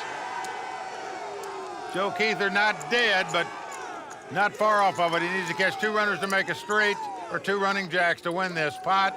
Otherwise, he'll be out in 6th place. Joe Keither needs the miracle. Going to 4th Street. And the crowd is chanting queen. Put a queen out there. Well, that's because that will end the hand. And a queen does come off. Incredible. That is amazing. Ace is full of queens. Going to win the pot for Joe Nguyen. That's going to do it for Joe Keither, 25-year-old pro out of Elm Grove, Wisconsin. Nothing happened for him tonight, Vince. Out in 6th place. Joe Keither's going to take home $162,000. The crowd is going nuts here. That's going to make the hometown favorite, Joe Nguyen, now the chip leader. Right now, Joe Keither over to talk to Matt Savage. Joe, you never seem to get anything going out there tonight. What happened? I mean, the last hand's obviously really standard, so yeah, nothing much I could do with that. What's your experience been like this week? I mean, it's been a lot of fun, obviously. Wish I could have fared a little bit better today, but, you know, I think I'll be back. Yeah, it's your first final table. I'm sure it'll be more. Yep. Congratulations. Thanks. Back to you. Thanks, Matt. Busting out in 6th place is Joe Keither. Action tonight has been quite intense, and Tony Dunst is standing by to break it all down in this edition of The Raw Deal.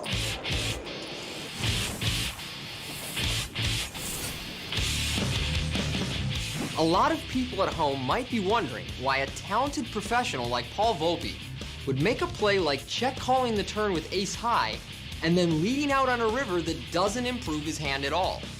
They're probably especially confounded if they've been paying attention to the play of Joe Nguyen. These guys will get the message soon. Quit trying to bluff this guy. So why did Paul take such an unusual line against a sticky opponent? Let's break it down. We start with Paul raising ace-6 suited first to act, and Joe making the call on the button with queen-6.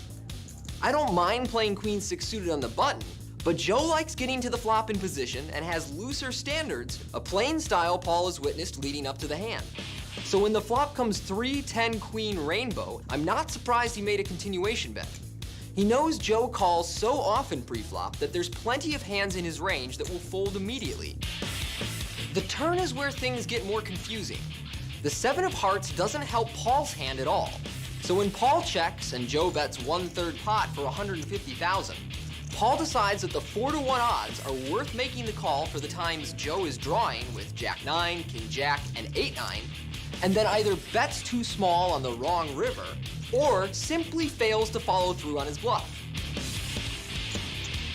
The river Jack of Diamonds is an awkward card for Paul's plan.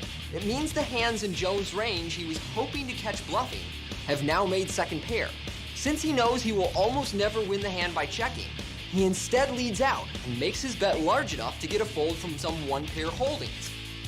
And while it's true that Joe is definitely the kind of player that looks for excuses to get to showdown, Call. Good call. But whether that makes the bluff and Paul's approach to the hand a mistake is hard to say. I like that Paul is always thinking of ways to win the hand. But if you're going to bully the table, try to avoid the players who won't back down. Well, I would agree with that. Vince, Joe Nguyen's been working for a local phone company for 13 years. Let me ask you a question. If he takes down the 1.1 million, is he clocking in tomorrow? I think he's going to hang up that phone pretty quick, if you ask me. I'm not sure. He's married with 3 kids. Oh, that's great. He's got 5.7 million, as you can see right there. Well, on top of the world, living the dream right now, no doubt about it. That's right, Joe Nguyen. But back to this hand, it's going to be on Chris Johnson. He's got king 10 of hearts, and he has moved in for a raise, 125. Volpe out. And now Kai Cheng. Kai has 2 10s, but does not 3-bet it. Does not re-raise. It's a play I'm not really fond of because you entice the blinds to come in, and you see Eric Seidel doing so, meaning you have to be multiple players with 2 10s. Not easy to do. Oh, boy, a 10 on the flop, Mike. A lot easier to do when you flop top set, that's for sure. Big trouble here for Chris Johnson. I see no way he's going to escape this hand, Vince. You're never going to put your opponent on an overpair because he didn't raise before the flop. I don't see him giving up top pair here. He's drawn virtually dead. Well, he's bet, and then he's being re-raised now, of course, by Kai Cheng. Seidel gets out. Well, as you can see by the chip stack indicator next to Chris Johnson's name, he's on the short stack. All in. Yeah, he's going to push all in. I call. The way the hand was played, you can't blame Chris for moving all in here. He knows he's drawing virtually dead. Got to hit 2 running kings to win this pot. He stands up.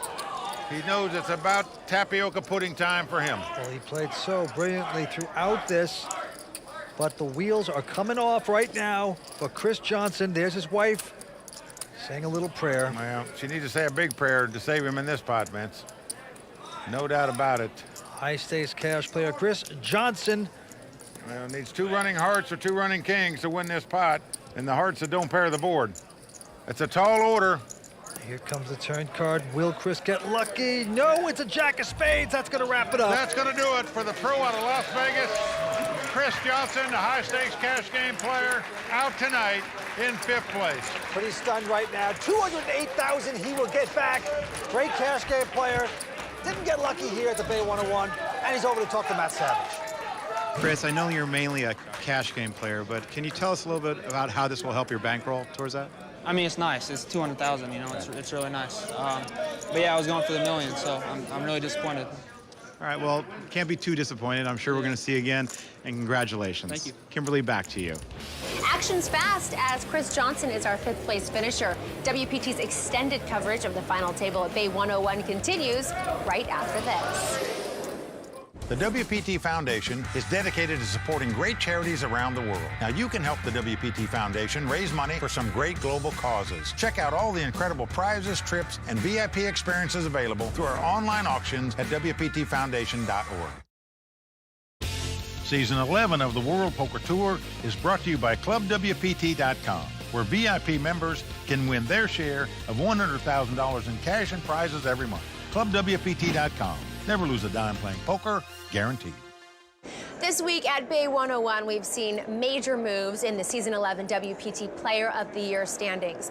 LAPC champion Paul Clan added to his point total with his 11th place finish, and Antonio Esfandiari has climbed up the leaderboard with a 9th place finish. But the big story tonight is Paul Volpe. At this stage in the game, Paul is guaranteed to take the point lead away from Grand Prix de Paris champion Matt Salzberg. But how large his lead will be is still to be determined. Stay posted as we track the WPT Player of the Year standings up through the season-ending WPT World Championship. But for now, let's get back to the game with Mike and Vince.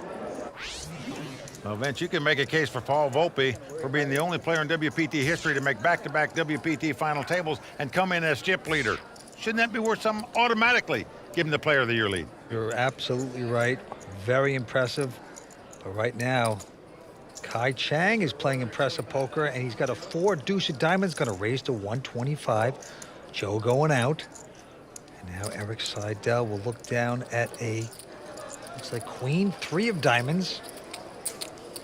Well, Eric is going to raise back here. Makes it 300,000 to go. With 3 bets with the Queen 3. All going out. Kai Chang is going to stick around for the flop. We got 4 deuce up against Queen 3 of diamonds. Hard to get guys with a lot of chips out before they see the flop. And Kai has swapped an open-end straight draw as it comes 9-5-3 with 2 clubs. But here comes Eric making the continuation bet, 350,000. Eric caught a piece of that. He's got the 3s. Now Kai Chang. Well, Vince, he might just ship it right here, in my opinion. He's got the open-end straight draw. He's got plenty of chips. Give himself a couple chances to make a straight if he gets called. See what he's going to do here. Kai is just going to call. See another card. Here comes the turn. The look on Eric's face about says it all. Jack of spades doesn't help either player. Eric's going to check. Come on. Now comes the all-in by Kai. Well, Vince, it may be stronger calling on the flop and moving all in on the turn. Your opponent thinks you got something. Yep, and Eric, very disgusted, lays down the cards. Kai Chang is playing impressive poker, folks. No doubt about that.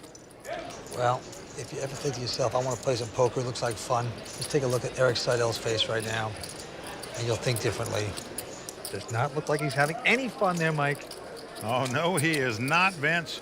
And if you take a look at the WPT stack tracker, Eric started this final table second in chips. He just hadn't gotten anything going. He's now the short stack. Same thing for Paul Volpe. He started out as the big chip leader, and he's just been getting chopped down by the 2 amateurs. Kai and Joe came to the final table at the bottom of the ladder, and now they have vaulted to the top. They're running neck and neck for the chip lead. Let's see if they have what it takes to keep things going here. Okay, action is on Eric Seidel. This time he's got a big ace-10. 120.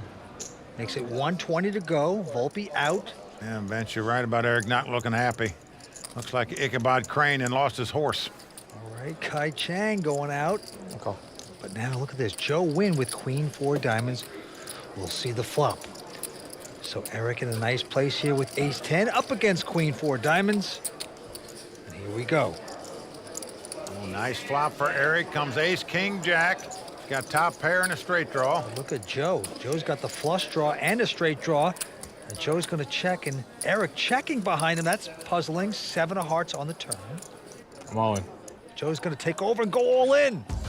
The guys are really tough. They are hyper-aggressive, and they know what works and what doesn't. They really put the heat on. These guys can do anything. And, but that's part of the fun. I can't believe this. He's going to lay this down, Mike. Vance, I'm shocked he didn't bet the flop, and I'm stunned he didn't call that. He laid that down thinking his aces were beat, Vance, with his chip stack, with flop top pair, and just give it up that easily. It really does tell me that Eric's mind right now is just whirring away and saying, wow, what is going on here? These guys are just so aggressive. I don't want to play with them. Pretty startling right there for Eric to do that, but did it nonetheless. On we go. Action on Volpe. Wow, look at this. Paul has picked up a monster hand, pair of kings. Oh, he's happy to see those. Makes it 120 to go. Kai Chang with just a 7-4 spade is going to give him action and call. Well, he's on the button. He's running good, so he calls there. Now we're round to the small blind, Joe Nguyen, who looks down at ace-10 of spade. Now the question is, do you just call or do you 3-bet here? Or is Well, he is going to 3-bet it. He is going to raise 350,000. Eric out. Now, what an opportunity for Paul Volpe. Remember, there's another player still in the pot, so no chance in my mind that Volpe's just going to call here, because you don't want the other player coming in where you got to be 2 players with kings. You get big pairs, you want to streamline the pot down to you and one other person. Paul Volpe came in as the chip leader, and now an opportunity to get some money back. He is going to raise, makes it 7:30 to go. Also an online poker superstar, Volpe is. And he has raised it, and a snap call by Joe Nguyen there after Kai Chang gets out of the way. So Joe with the ace-10 of spades. Paul Volpe with a very dangerous pair of kings. Here we go with the flop. Well, 5-3-3 the flop. Great flop for Volpe. Action on Joe Nguyen. Can't imagine he'd lead out into a 4-better pre-flop. He checked, and Volpe trying to figure out how much to bet. There's 1.7 million in the pot.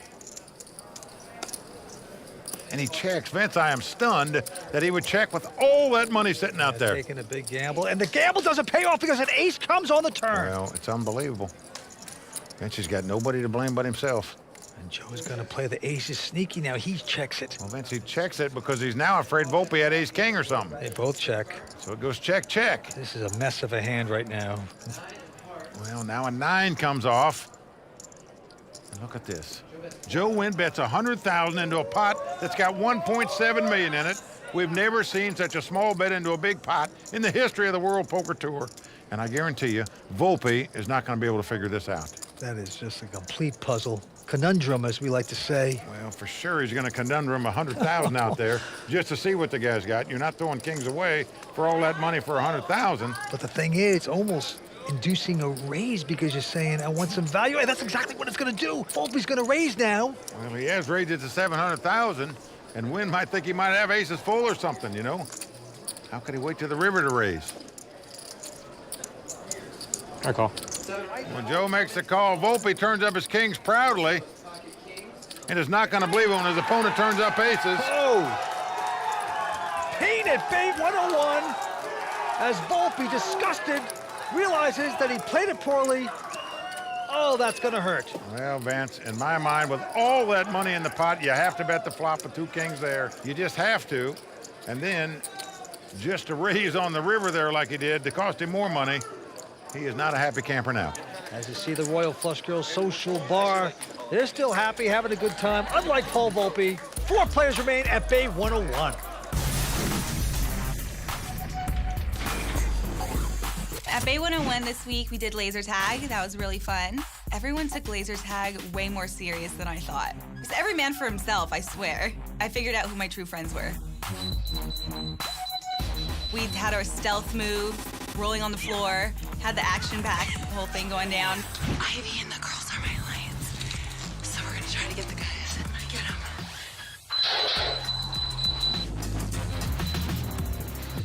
It went pretty well. More style than actually shooting people. We'll be back. Texas Hold'em takes just a few minutes to learn and a lifetime to master. That's why we created the WPT Poker Trainer that lets you work on your game anytime you want, from anywhere you want, on your iPhone or iPad. Download your copy today. Welcome back to the World Poker Tour and the Bay 101 Shooting Star. We had a great time all week long. We were bounties in this tournament, but we did not succeed. We got knocked out. Didn't cash, but you know what? There was another guy, Tim Coos, who's a club WPT VIP member, and he won his way on to this very event. Oh, you're right, Vince. Tim had a great experience here this week. Nearly made it to the money. Did much better in this tournament than we did. But he wanted to come and meet some of the guys he's been watching on television for years. A couple of his poker idols, Daniel Negreanu and Michael the Grinder Mizrachi. And he actually got to sit at their table and play with them in this tournament, Vince. It's a great feeling to be here with all this talent and playing with the pros. You know, it's a dream come true. Folks, listen, if you want your chance to live the dream like Tim did, log on to clubwpt.com and sign up now for your chance to win your share of $100,000 in cash and prizes every month, as well as possibly win a seat out here on the World Poker Tour where you can play for over $1 million in cash. clubwpt.com. Never lose a dime playing poker. Guaranteed. Okay, let's get back down to the felt. Our chip leader, Joe Nguyen, the telephone repairman, is the chip leader with 8.8 million in chips. Four-handed poker game goes on here at Bay 101. To the table we go. Paul Volpe, first in line. Incredible, the two top pros getting schooled here by the two amateurs. No doubt about it. They're way out in front in chip count. And Paul's made it 120 to go with ace-queen. Kai Cheng with a nothing hand. Four deuce of spades is making this call, Mike. Well, the last time he played a four deuce, he won a big pot with it, so why not play this one too? Running good. Let's see what happens. Well, Joe's out, but Eric now with 7-3 of diamonds. I mean, it's going to cost him $60,000 to call, but there's $370,000 in the pot, so he's getting priced in to see the flop as well. So three-way action.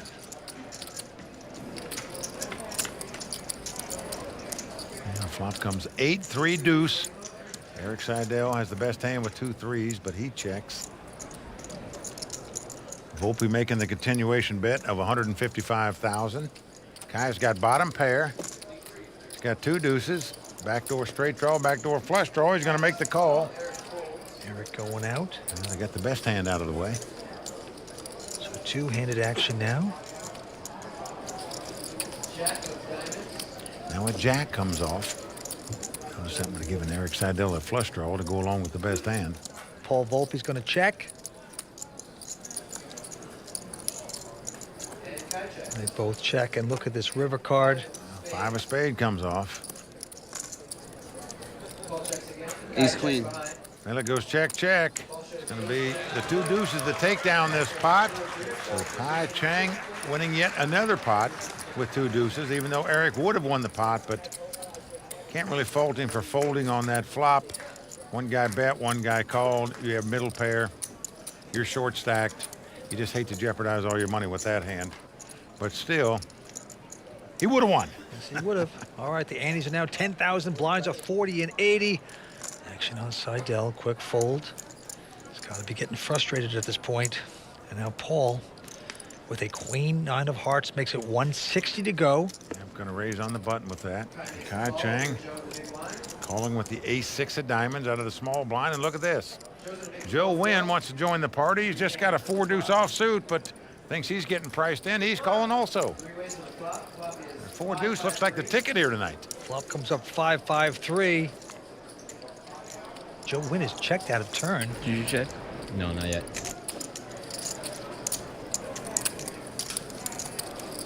He's not going to check his ace high. He's going to bet at 225. Now Joe Nguyen with the open-end straight draw. What do you do now?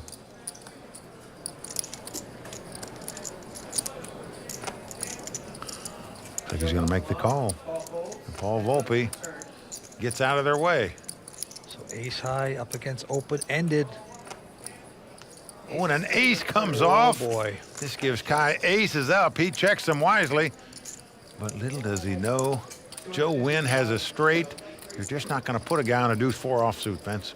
Joe's going to bet 250,000. You're far more afraid of 3-5s than you are a deuce 4 offsuit here, but either one of them have you beat.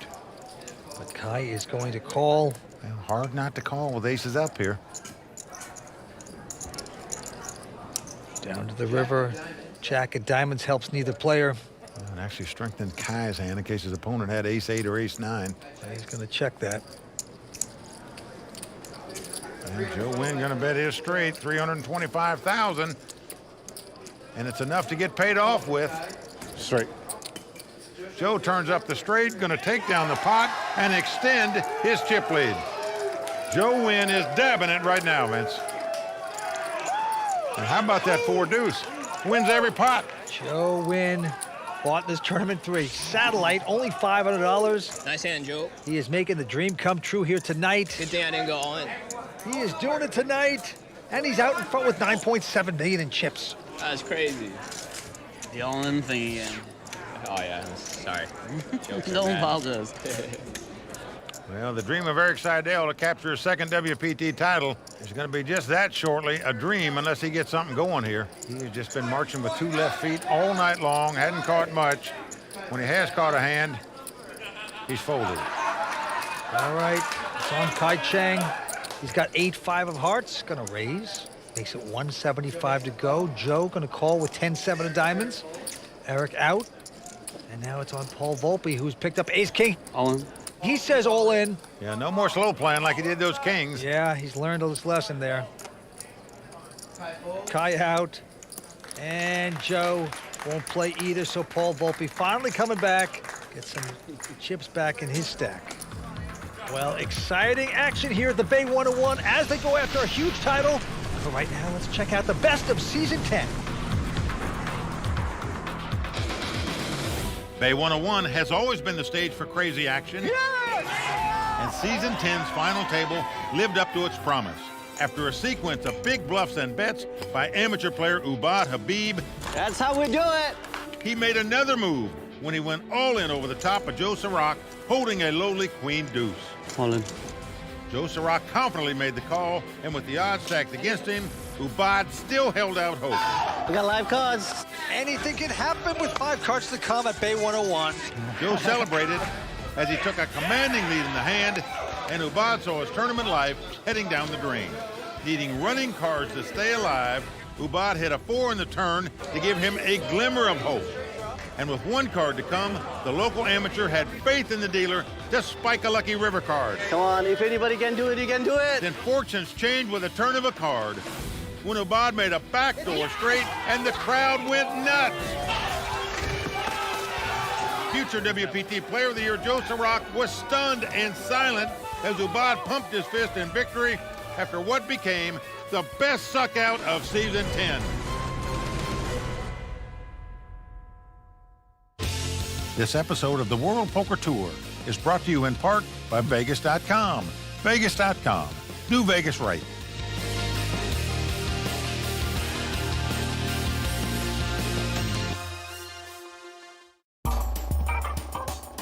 What's it like playing here at Bay 101? It's unlike any other event I think on the tour. Bay 101 is probably the best tournament on the entire circuit. The bounty is the 10K bonus. Everyone here is so friendly. Everyone's just having a fun time. It's just a warm atmosphere. So what do you think of the Bay 101 fans? They love poker. The fans make this tournament. They always come out in huge droves. They're loud, they're supportive. Almost feels like a football match like home or something. You know? Fans just come down to see their heroes, their poker heroes. Do you feel that it's an honor or a curse being a bounty? It's a huge honor to get to be a bounty. I don't ever think it's a curse. I mean, my table kind of sucks. Nobody's chasing me. I mean, it's $1,500 cheaper on the buy-in, so I guess it can't be that bad. They fly us up here. They take care of us. They treat us like royalty. How can you be the ones to watch and not be at bounty? Yeah, maybe next year. This isn't coming off. This will be the last one standing. Welcome back to the final table of the Bay 101 Shooting Star Tournament. And another wrong prediction by Mike Matasso, as you saw. And there you see Joe Nguyen well out in front with 9.7 million in chips. Second place, Kai Cheng with 6.7. And the 2 superstars supposedly at the table are on the 2 short stacks. And Eric Seidel is circling the drain. He's down to 720. Action on Paul Volpe, a quick fold. And now Kai Cheng with King 10 is raised to 175. Well, Joe Nguyen loves to play. He makes the call with the ace-8. Eric goes out. So ace-8 versus King 10, and the flop comes up ace-6-5. Aces for Joe Nguyen. Nice flop for Joe Nguyen. He's going to check the aces, though. Going to allow Kai to make a continuation bet here, and that's what's happened. 175,000. Joe Nguyen, telephone repairman, very tricky. Loves to have these guys bet when he hits, and he's making the call. Well, now an 8 comes off. Joe Nguyen has the top 2 pair. As you can see, Kai drawing completely dead. No card he can catch to win the pot. And yet here he goes, firing 200,000 out there. Raise. And now finally Joe coming in, swooping down, says raise. It's the minimum raise, but it is a raise, and obviously no way Kai can go any farther with this hand. He's just posturing here. Does lay it down. Well, Mike, these are the 2 chip leaders, and they're going for the throat. Joe Nguyen taking down yet another pot, and Vince, in my mind, Eric Seidel has got to make something happen fast. Only got 600,000 or so left. Just can't wait anymore. That bounty necklace is going in the center of the pot soon, I promise you that. It's true, but he is a shrewd guy, and he's just thinking to himself, why force the issue? Because the difference between 4th place and 3rd place is big, big money. So he's saying maybe this Paul will get involved with a hand. He'll get knocked out right before. So there's a lot of different strategies going on right now. Well, Eric Seidel just doesn't have time to wait, Vince. Maybe he doesn't, but back to this hand. Look at this. Kai Cheng has picked up the weapons of mass destruction, the pair of aces. Well, Kai's been so aggressive, raising a lot of pots with 4 deuces and everything else. Now all of a sudden he's picked up 2 aces. Makes it 175, but Joe Nguyen behind him with a pair of deuces. This could get him into some trouble here. Joe certainly not worried about clashing with the guy in 2nd place. All right.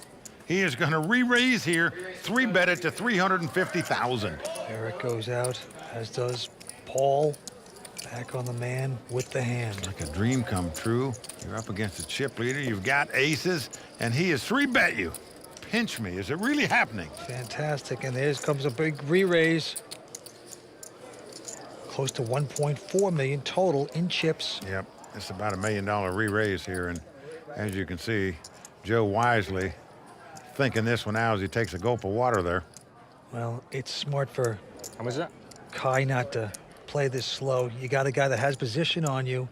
Make him pay for it if he wants to stick around at this point. Because you're first to act throughout the hand. Call that. Well, Joe Nguyen, we've seen, likes to play a lot of hands, calls a lot of bets. Will he call this one? Or worse yet, would he raise? And he's just thinking to himself, I just wish I would have just called it. See if I can flop a set. Now, big trouble. Don't want to invest too much. Well, normally Joe Nguyen acts pretty fast. Good thing he thought that one out. He got away from it. Nice lay down by Joe. Kai Cheng takes down the pot with the 2 aces, but he was really hoping that Joe would pull the trigger there. He made me lay down a pair. The biggest pair in the deck. Vince, it's crunch time for Eric Seidel. He just cannot wait any longer. I predict it's all going in this hand or the next hand. That's my prediction. If he's got any kind of hand at all. And he's only got 7 big blinds left. That's why I say he's got to make a move. Great thinking, Captain Obvious. Let's see what he does with it. Joe is folding now. Eric. Oh, there you go, Mike. You are correct, sir. He picked up the ace high. He's happy to get it, I can assure you. Now, Paul has gone out, but Kai Cheng has a queen 9 of spades. Yeah, Vince, I think you have to call Eric Seidel for this amount of money. Even if you lose the pot, you're going to have over $6 million in chips. So you're correct. He's done it. He's given Eric the action. Eric, about $1.50 favorite the way the cards lie to win this pot. Good luck to me. He must win it to stay alive. Otherwise, the Poker Hall of Famer will be our 4th place finisher. Everybody on their feet here at the Bay 101. Most of them would like to say goodbye to this Hall of Famer. 5 important cards coming up. And here are the first 3. 6-3-3. Eric still out in front with the ace high. 1 spade on the flop. Kai must catch a queen or a nine or two running spades to win the pot. Eric Seidel loves that flop. Here we go with fourth straight. A deuce comes off, so we are down to the river. If Eric Seidel can dodge a queen or a nine, he'll double up and get back in this thing. Oh, this would be an ugly beat for Seidel. Here comes the suck-out card. It's a 5, so there you go. The Hall of Famer lives on. Eric finally saying, thank you. Finally, I want a pot here. Certainly can't blame Kai for calling him over the queen nine of spade. You have to do it with his chip count. Nice hand, Eric. Thank you. And the crowd lets out a little bit of a moan, Vince. Everybody here would have liked to seen Eric hit the road, head back to Vegas in fourth place, believe me. You don't want a Hall of Famer sticking around, getting a hold of some chips. With that hand, we end our second hour of coverage from the WPT Bay 101 Shooting Star. But before we go, Mike, who do you think has what it takes to take the title? The chip leader right now is the amateur Joe Nguyen, the guy who's a utility man, works for a phone company, got in this tournament by winning a $500 satellite, playing fantastic so far. Everything's going his way. I'm pulling for him to take this thing down.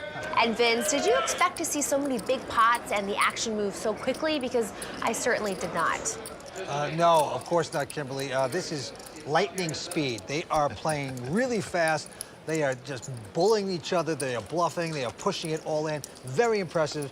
This has the makings of a great one. Thanks, guys. Please join us next time when we'll crown a champion at the WPT Bay 101 Shooting Star. Until then, for Mike Sexton, Vince Van Patten, Tony Dunst, Matt Savage, the Royal Flush Girls, and the whole WPT team, I'm Kimberly Lansing saying thanks for watching. Good night. I don't understand what this is for here.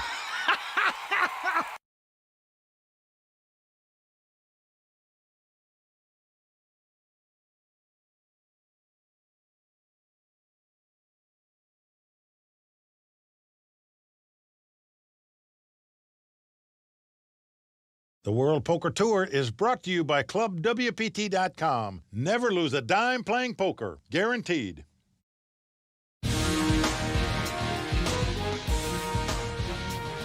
Tonight in Northern California, players are taking aim at big money and a coveted spot on the WPT Champions Cup. The conclusion of the multi-million-dollar Bay 101 Shooting Star starts right now, only on the WPT.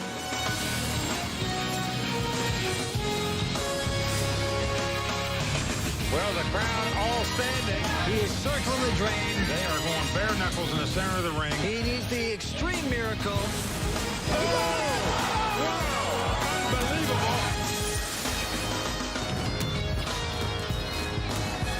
Hi, everyone. I'm Kimberly Lansing, and welcome back to San Jose, California, where 4 players are still in the hunt to become a new member of the WPT Champions Club at the Bay 101 Shooting Star. But before play starts back up, let's speak with my esteemed colleagues, Mike Sexton and Vince Van Patten.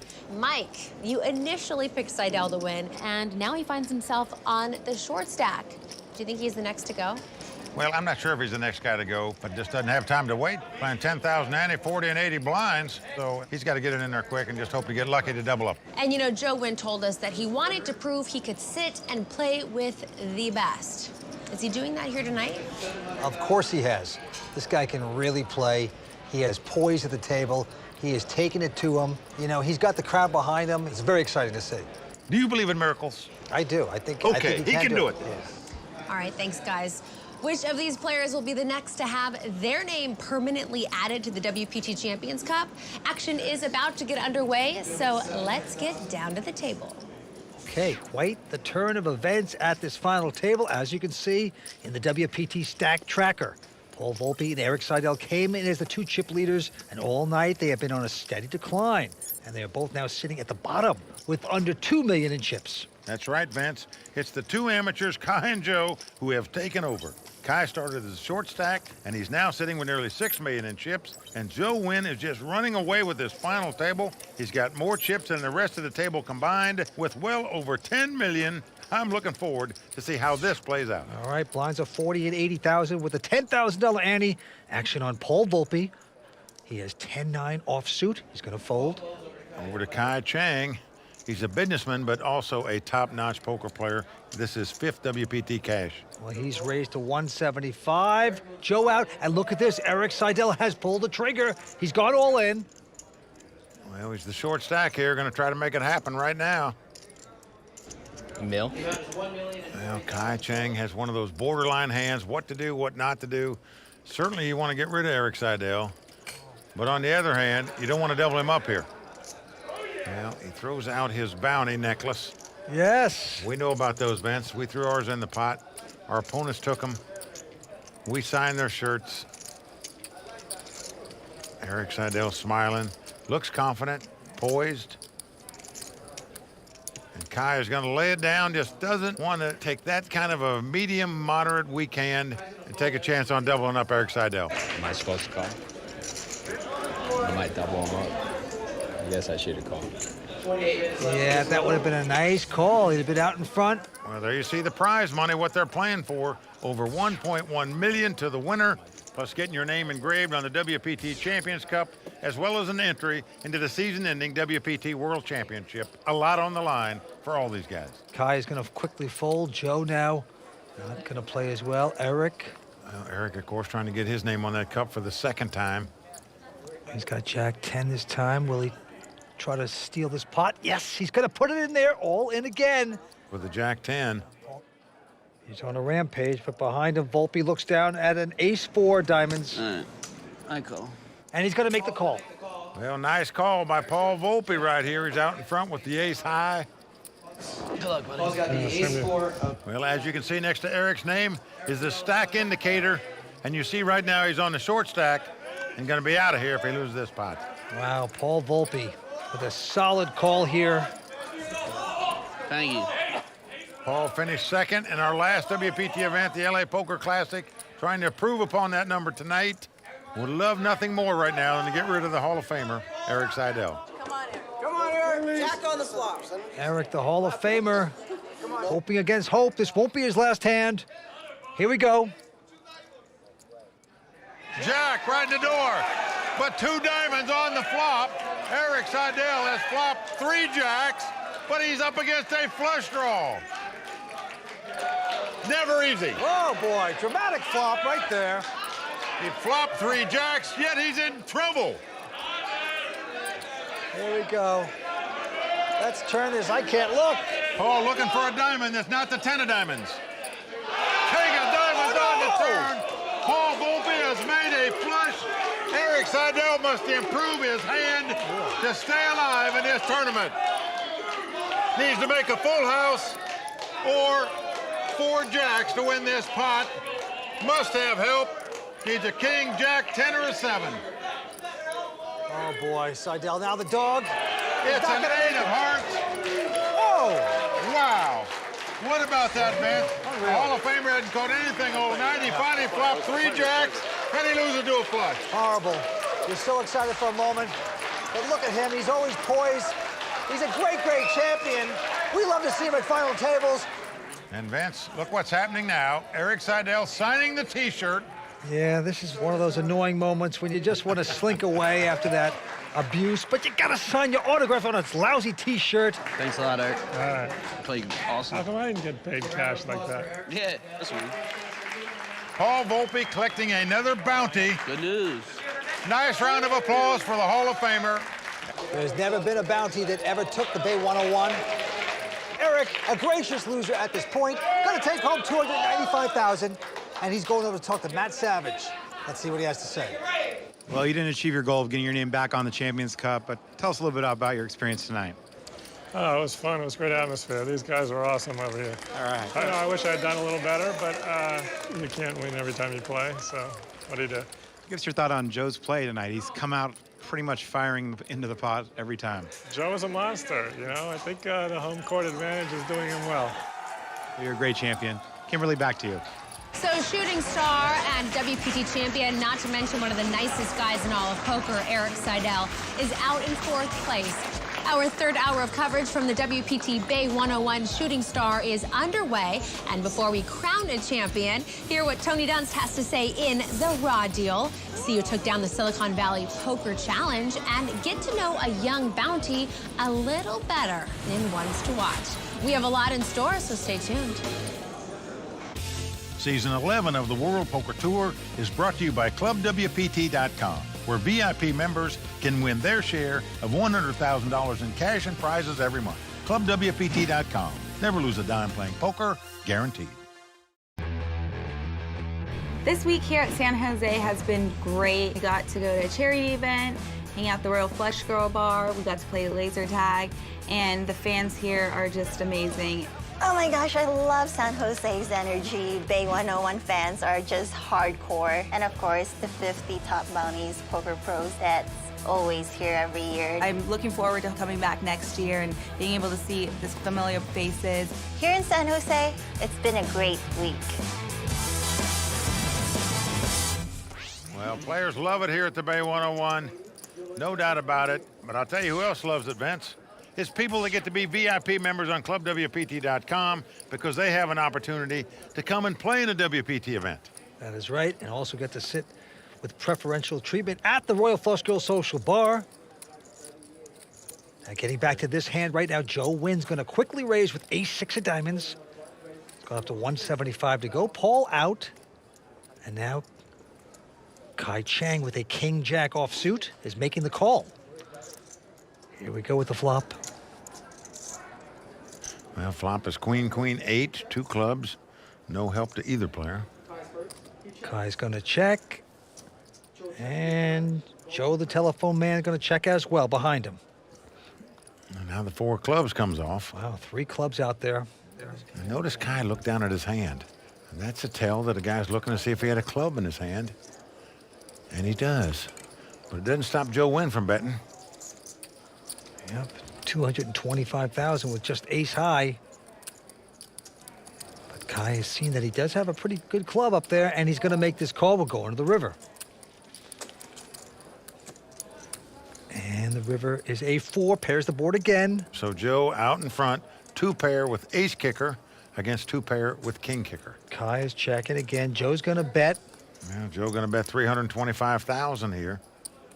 And he'd like to get paid off with the guy with just king high. Wow, but Kai has different thoughts. He's going to raise this. Wow. He's bet it up to 825,000. Now, do you want to just call with 2 pair in the ace kicker here? Do you really think the guy's got a full house? Wow, he is re-raising. I don't understand this. Pretty aggressive. A testosterone contest. Amazing. Joe is going to re-raise. Says, I don't think you have much. And now Kai, with just the king high, what is he going to do? Oh, man. No, say it ain't so. 2.3 million he's betting here. Over the top, he's just saying, I think you have nothing. Here you go. Wow. Just incredible poker we're watching here. Well, I mean, it's just very difficult to call here without a queen in your hand. It's impossible. I mean, Joe virtually shut himself out of this spot when he raised last time. He should have just called when the guy bet 800,000 with the ace high. Perfect read by Kai Chang, and he's going to show it.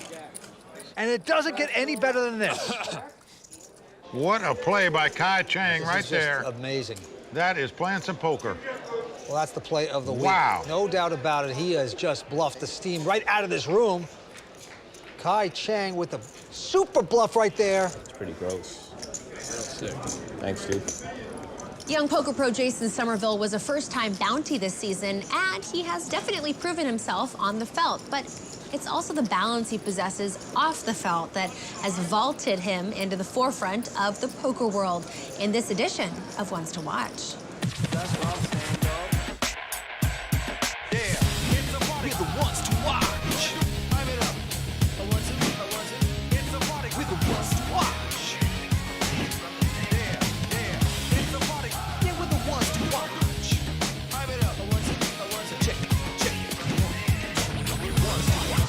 Jason Somerville is one of the people that I respect most in poker. I don't think you'll meet anyone on the tour who ever says a bad thing about him. Jason Somerville, I think I played with him at the 5 Diamond. Jason Somerville is one of my heroes in poker. Is he from Alabama?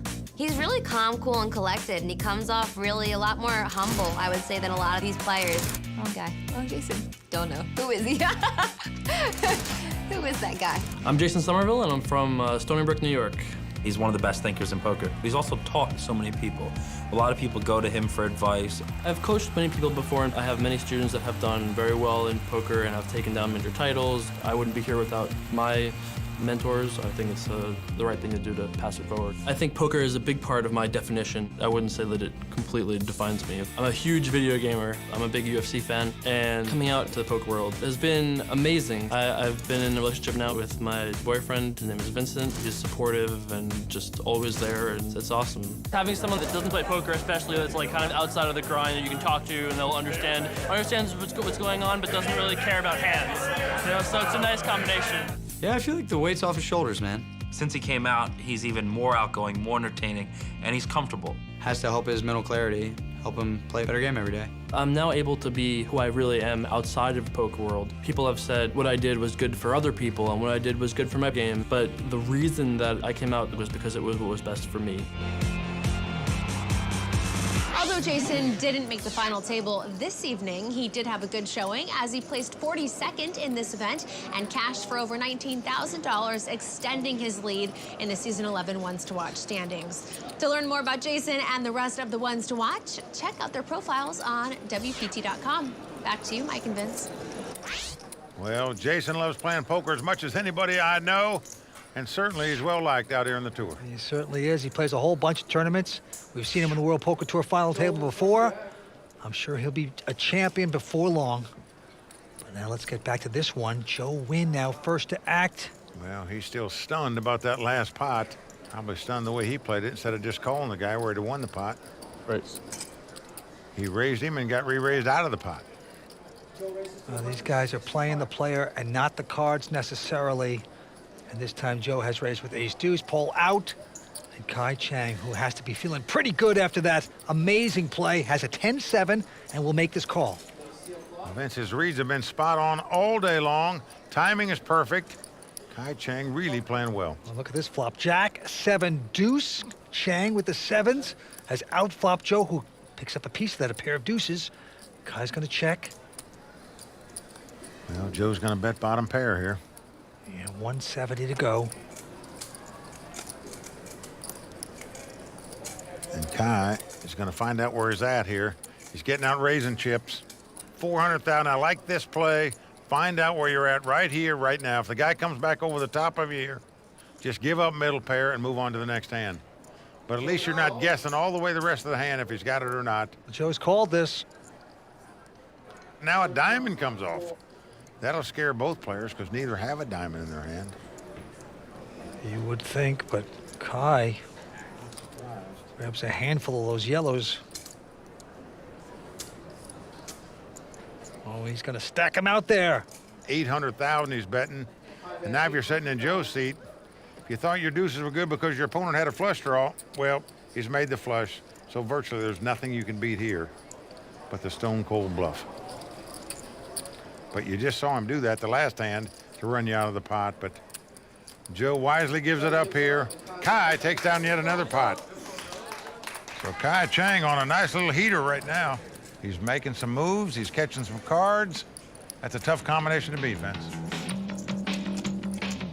The deepest I've gone in a WPT event was 7.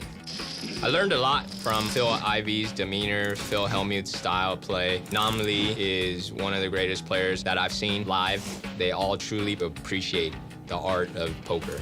If you play cautious to try to move up, it's very destructive to your game. You still have to keep playing poker, and that's what I plan to do. I was beyond disappointed for missing the final table. My goal today is to win. I'm Danielle, one of the Royal Flush Girls. Stay tuned for more action from Bay 101. This episode of the World Poker Tour is brought to you in part by Vegas.com. Vegas.com. Do Vegas right.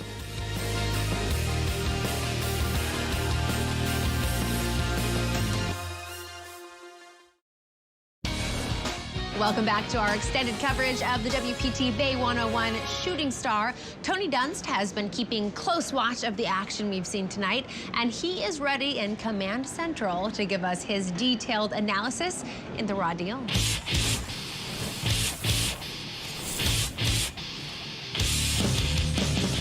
Easily my favorite part of this final table has been the ongoing street poker battle between Kai Chang and Joe Nguyen. These are two guys that feel that poker is a game about raising, calling, and folding. The result has been a series of contested pots, often with one or both players going to the flop with a weak and sometimes downright garbage holding. So which of these two gunslingers will get the last shot in when they both make a stand? Let's break it down.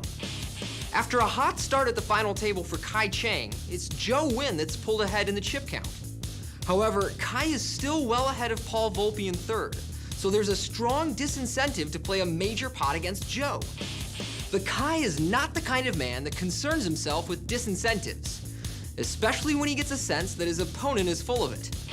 The hand begins in earnest, with Joe raising the button with ace-6 suited, and Kai making the call from the big blind with king-jack. On the queen-queen-8 flop, both players check, and thus far it's nothing to see here. When the turn brings a third club and Kai checks his hand, I'm surprised he didn't bet out with his draw. It's possible he thinks the 4 is so irrelevant that king high is the best hand, and he checks in hopes of getting Joe to bet as a bluff. Or perhaps Kai decided to check call the turn to maintain the image of a slow play because he had the intention of getting creative on the river. I can't say for sure, but when the river brings the 4 of hearts and puts 2 pair on the board, creativity transforms to insanity, and everyone promptly loses their mind. We start with a check from Kai and a small bet from Joe. Then Kai bluff check raises to 825,000, which Joe finds difficult to believe because it means Kai is representing a queen and had to have checked it on 3 streets, and after figuring this out, Joe min re-raises to 1,325,000, believing he can more authentically represent queen full or the rare quads. Then, Kai also decides that queens full and quads are hard hands to have, and adds another million on top of his bet. Wow, a testosterone contest. I mean, at the point we reached king high versus ace high river 4 bet, I started wondering who was going to be the first to drop the pretensions, stand up, and whip it out. Pretty gross. Clearly, the pantsless member at the table was Kai. Not only does he win the hand, but after Joe folds, he immediately turns his bluff face up. Wow. And maintains his stone-cold expression. And that, ladies and gentlemen, is how to be unconcerned with disincentives. Thanks, dude. I think there was too many bets going on, too. But it just shows you they're fighting for pots. You may agree or disagree with their play, but I'll tell you, you have to admire their willingness to try to win the pot. Joe Nguyen with 9 million. Kai Chang 8-4. Volpe almost disappearing before our very eyes, about 1.7. All right, the antes are now 15,000. The blinds are going to be 50 and 100,000. Action is on Kai. He looks down at the ace-8 of hearts. Certainly going to raise with that on the button. Yeah, makes it 225 to go. Behind him, Joe with a king-10 of diamonds, making the call. Volpe going out. Well, the same 2 chip leaders going at it yet again. Flop is jack, jack, jack. Pretty amazing. Well, Joe is checked. 3 of a kind on the flop again tonight. We saw 3 queens earlier. Neither player has a piece of that, of course. That was ugly. Kai has bet 425,000. Continuation bet. Joe is not a believer. He makes the call with the king high. Kai looks a little concerned over that. Now a 3 comes off. Kai will slow down. He checks it. Well, it goes check, check here. So we're going to the river. Now a jack comes off. Now Kai has the best hand possible. Quads with an ace kicker. But for some reason, Joe is leading out and betting 100,000 here. Yeah, just one of those $100,000 bets we saw before tonight. But I don't know why you would bet this. Why not just check and let your opponent bluff at the pot if he's got nothing? If he's got ace high, you can't beat him. And look at this. Kai has raised it. I call. Well, he raised it $500,000, just enough so the guy might call him with king high. And that's exactly the case. Yeah, Joe makes a bad call there. Kai Chang taking down that pot. Right now he is marching like the Ohio State Marching Band with great precision. And Mike, let's take a moment and talk about our sponsor. Well, Vince, as you know, ClubWPT.com is a great place to play and learn how to play poker online. Plus, you get your chance to possibly win your share of $100,000 in cash and prizes every month. You get so many things. You get to play all the cash games. You get the Savers Guide, where you can save on restaurants and hotels across the country. You also get to look at all the archives of all the great episodes of the World Poker Tour. You also get a subscription to WPT Magazine, which is always great to look at, too. And don't forget, Vince, ClubWPT.com just got a new facelift. It's got new graphics. It's also got a Facebook Connect to it, meaning it's easier for you to play with your friends. And most importantly, ClubWPT.com is now available on Mac. That means no downloads, no installs, just click and play. Sign up today. Become a VIP member. ClubWPT.com. Never lose a dime playing poker. Guaranteed. Let's go back down to the table. Kai Chang getting all the best of it right now. He's got close to 11 million. Things are going his way. He's a businessman from Albany, California. That's pretty close to this area. He's quite the poker player, though. This is 5th WPT cash. He actually bubbled in 7th place in the LA Poker Classic a few years back. He's still haunted about that. All in. 1.5. Getting back to this hand, Paul Volpe has gone all in with a queen, 10 of hearts. I call. He's gonna be called by Kai Chang. Kai's got a beat right now with an ace-9 of clubs. Well, everybody on their feet. And Paul Volpe wants to improve on last week's 2nd place finish. He's going to have to get lucky and win this pot. Otherwise, he'll be a 3rd place finisher tonight. Still, pretty good stuff. 2nd and 3rd in back-to-back weeks on the WPT. But right now, Paul not looking for 3rd. Hoping to get lucky here. And the flop comes up king, king, 7. So no luck there for Paul Volpe. The online professional came in as the chip leader. And now he's struggling. Here's the turn. 6 of diamonds. Volpe in a heap of trouble at this point. Yep, must catch a queen or a 10 to stay alive in this tournament. Otherwise, Kai Chang, the man who's competed in Ironman competitions, will add another trophy here, perhaps. It's a 3. Wow, Paul Volpe out in 3rd place. Vince, astonishing that the 2 guys that started in 5th and 6th place are now playing for this title. Made it in final 2. What the hell? What the hell? These are the last 2 guys you would have figured would have played heads up for this title. But that's poker for you. And it just shows you anybody can do it on a given day. Oh, Paul Volpe, considered one of the best online players in the world. Back-to-back tournaments at the World Poker Tour final tables. Pretty impressive. Gonna take home $435,000, and he's over to talk to Matt Savage. You took over the Player of the Year race, over $400,000, and Eric Seidel's bounty. But why do I get the feeling this is not enough for you? Came in, I had 2 shots back-to-back weeks, coming in as chip leader, and couldn't finish. I'm actually not super upset, but I mean, I kind of am. You know, it's bittersweet again, so. Well, a couple local players here. I mean, did the crowd get to you at all? Nah, not really. Brought excitement. It doesn't bother me much. All right, well, Paul, see if you can continue your run on Player of the Year. Gonna keep trying. All right. Thanks. As is the custom on the World Poker Tour, when we get down to heads up play, we have our money presentation. So show us the money! And out come the beautiful Royal Flush girls. Brittany and Jeannie slapping down the cold hard cash. And Danielle and Ivy. Well, that's what you're dreaming about as a poker player. The opportunity to get your name engraved on the WPT Champions Cup. Playing heads up for a WPT title, playing for all that money, and win an entry into the season-ending WPT World Championship. Perhaps a once-in-a-lifetime opportunity right here for these guys. Heads Up Play is about to get started between Joe Nguyen and Kai Chang. We'll be right back from the WPT Bay 101 Shooting Star.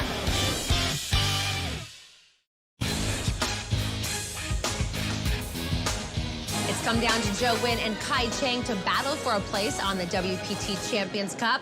During the break, Matt Savage spoke with both players. Came in here short stacked. How'd you do this?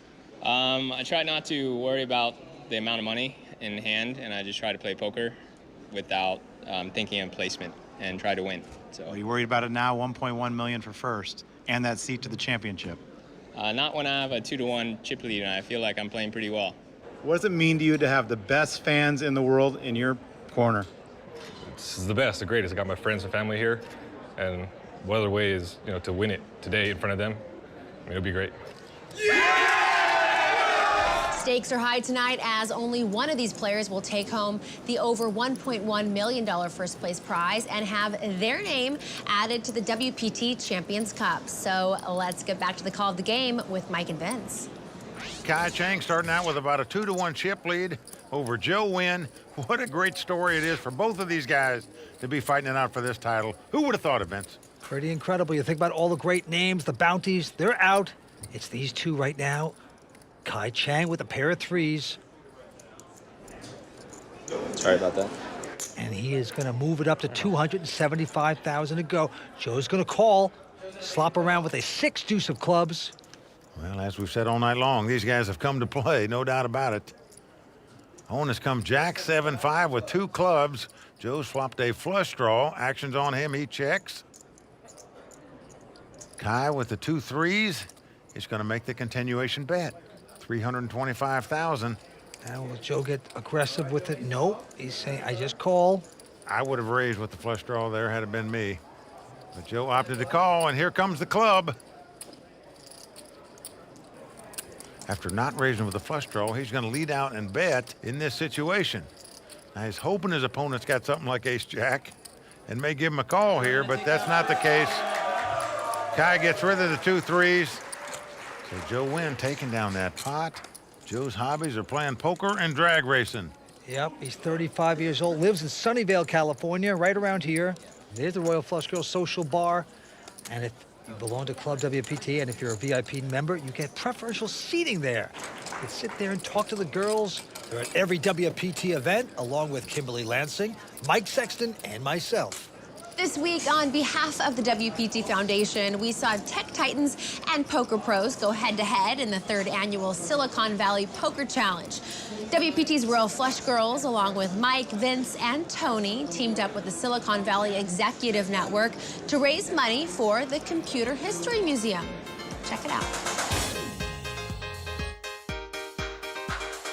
Hi, I'm Brittany, one of the Royal Flush Girls, and we're here on behalf of the WPT Foundation for an awesome poker charity event that's going to benefit the Computer History Museum.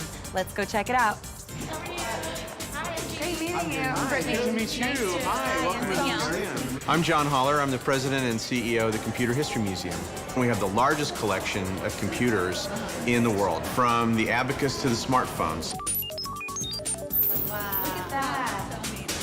The mission of the museum is to tell the story of computing and its impact on society. One song on your phone today, this would hold about half of that song. Oh my goodness. So to have an event like the World Poker Tour here today and have it benefit the museum is really important to us. Thank you so much. All right, thanks. I really appreciate it. Come back again? Thank I you. do. All right, thanks. Brian Renard, I'm the CEO and founder of Silicon Valley Executive Network, and this is the 3rd year we're doing the Silicon Valley Poker Challenge, where we bring the elite of the high-tech ecosystem together with the poker pros for charity.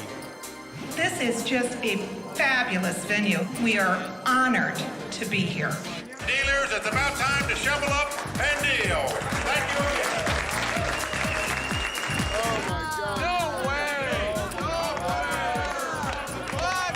What is that? Oh man. One of the really neat things about this event is the caliber of the folks that really come out to support. We're playing poker. Well, let's go be better. Kentucky's going to win again this year. I still don't think the pros have a chance. How happened? These guys are a little scary, but they're being nice to me, so we're doing well.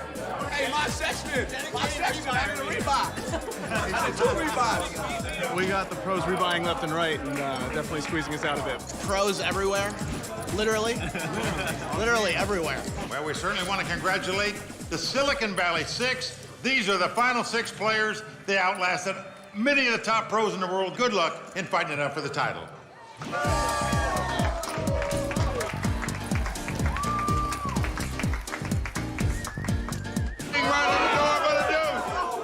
The Ducks are wild, folks. Let's hear it for Shashir, our champion. Well, there you have it. The Tech Titans took it down once again. But most importantly, everyone had a great time. And thanks to the generosity of the players and a donation from the WPT Foundation, we raised a ton of money for the Computer History Museum. To find out more about this organization and the many causes WPT supports, log on to WPTFoundation.org.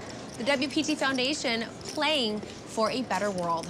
In the meantime, cards are back in the air, so let's get down to Mike and Vince. Such a great time for the third year in a row. It's always great working with the Silicon Valley Executive Network. They are the business engine and social network for the leaders of the high-tech ecosystem. That's right. Certainly was a good time. Now let's get back down to the table. Action on Kai Chang. He has a 10-7. And he's just going to call it. But Joe sees a spot. He's going to raise with Jack-10 of spades. Makes it 300,000 to go. Kai's going to call it. Well, Kai says one of his favorite players is WPT champ Nam Lee. He looks a little bit like him, and his demeanor is exactly like him. Calm, cool, and collected. Well, flop comes up 9-9-5. They both check. Deuce of hearts on the turn. Well, Joe's going to bet 300,000. Incredibly, Kai calls. Now, he's not calling because he thinks he has the best hand. He's calling to set up a play on the river where he can bet and win this pot. Deuce of clubs comes off, so 3 clubs out there and 2 pair out there. 700,000. Not going to help Joe, but he doesn't care. He says 700,000. This would probably be the best place to win a title, just to have the fans, the family, the crowd here at home. I mean everything. I'm going to just put in my best effort, my best game, and see if we can do it. Well, we've seen Kai bluff him out before by making moves on the river. Doesn't do it this time, gives it up. Vince, Joe Nguyen trying to do something here tonight that only 4 players in WPT history have done.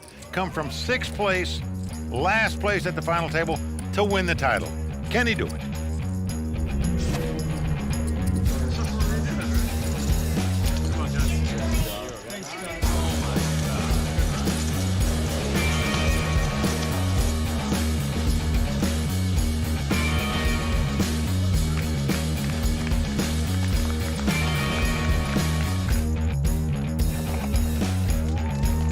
You can't win anything on social poker sites, so people play any 2 cards. And that's not real poker. On ClubWPT.com, we play real poker because we're competing for our share of $100,000 in real cash and prizes every month. ClubWPT.com. Never lose a dime playing poker, guaranteed.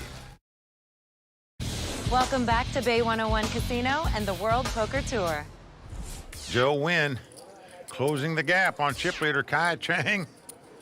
And I just can't get over how great it is that an amateur utility man for a phone company has a shot to win this event and over $1.1 million life-changing money for this guy and his family. All right, let's go to the play. Joe Nguyen with a queen 8, just going to call. Kai Chang with an ace 4, going to move it up to 300,000 to go. And Joe with a quick call. Okay, so here comes the flop. It's 10-6-3 with 2 spades.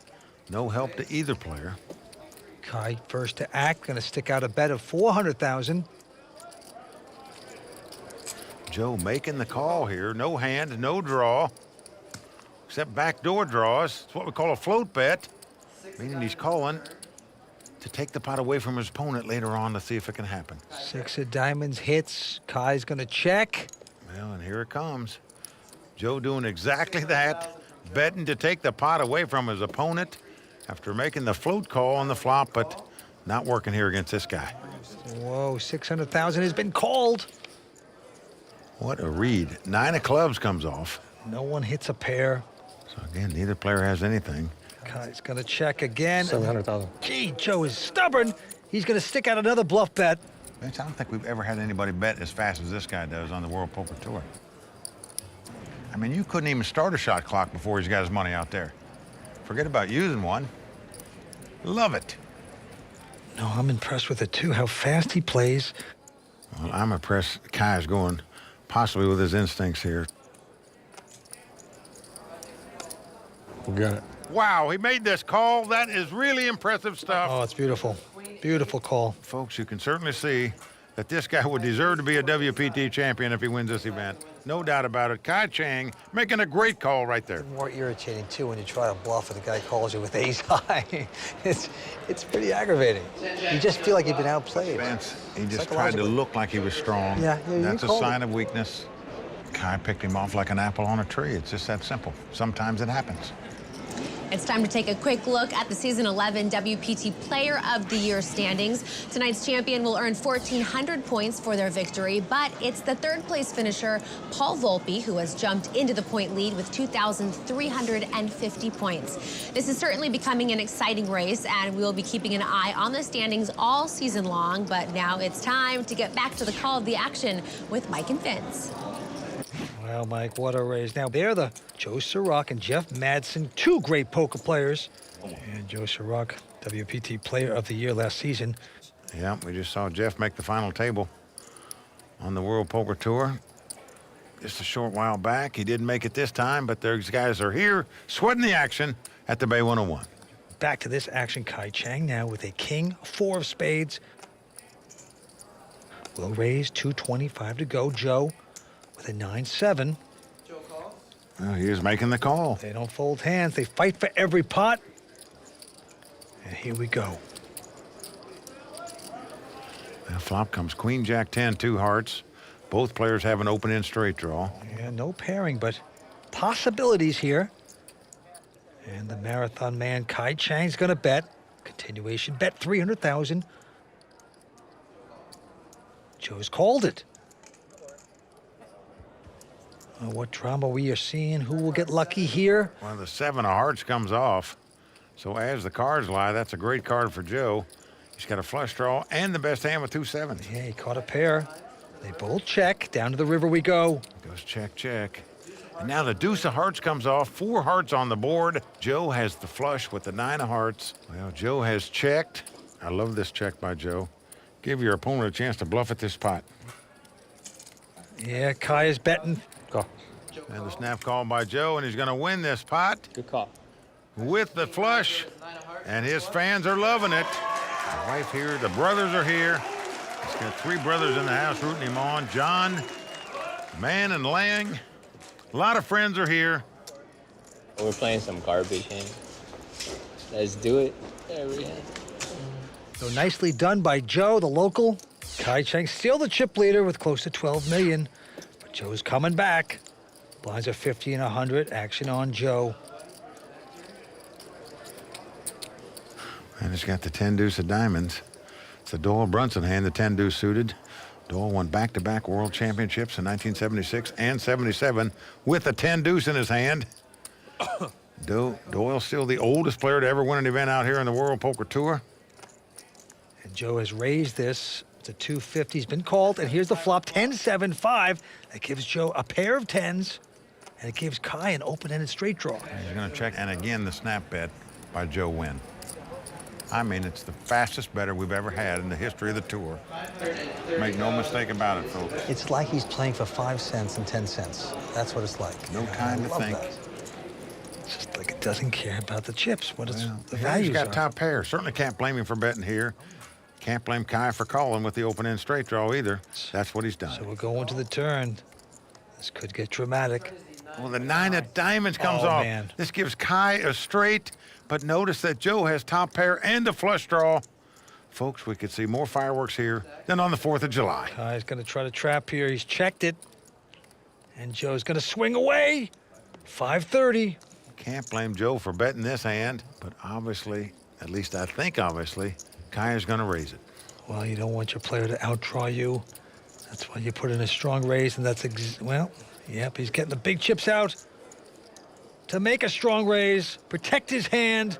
Oh, boy, he goes to about 2.5 million. Yeah, it's like the telephone man's wires just got spliced there, Vince. And now Joe has got a problem. Well, he's got about 7 million in chips, but it cost him 2 million to call this bet alone. I'm all in. I call. And he's going to go all in, and he's going to get the quick call by Kai. Well, this is it right here.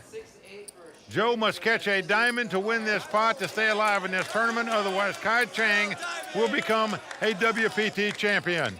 Everybody on their feet here at the Bay 101, holding their breath, waiting for the river card. It is coming down to the river. One more card. Can Kai do it? Will Joe win? Hit his diamond. Here it is. Well, it's a 6. Kai Chang is going to be our champion. It is over. Congratulations, bro. No flush for Joe. Kai Chang has done it. Well, Vince, the 2 guys that started in 5th, 6th chip position battled their way heads up for this title. Kai Chang coming out on top, and I must say, he deserves this title. Joe Nguyen, the telephone man, is the runner-up. And right now, Joe is over to talk to Matt Savage. Joe, you came in tonight as a short stack, but you turned it into over $660,000. How do you feel right now? Feel real good, man. I'm on sky high right now. I wish I could have won the whole thing, but still a winner in my book. The pros better watch out and, recognize the name because I'll be back. Congratulations, Joe. Mike, over to you and the winner. Thank you.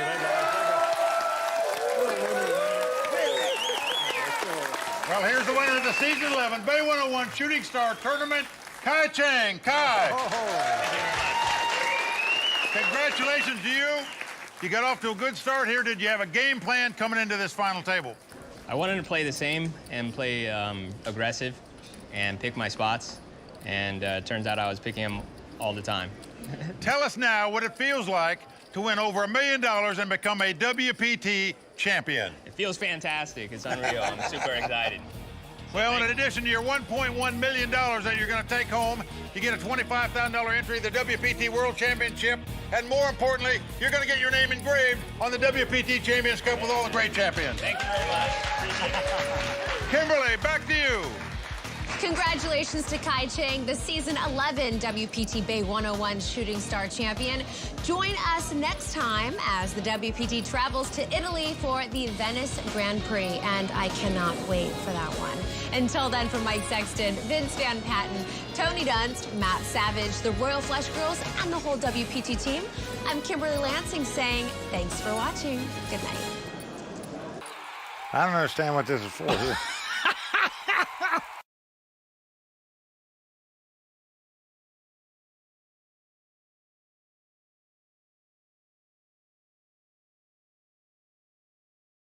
The World Poker Tour is brought to you by ClubWPT.com. Never lose a dime playing poker, guaranteed. Tonight in Venice, Italy, the oldest casino in the world plays host to a truly historic event in more ways than one. The WPT Venice Grand Prix starts now, only on the World Poker Tour.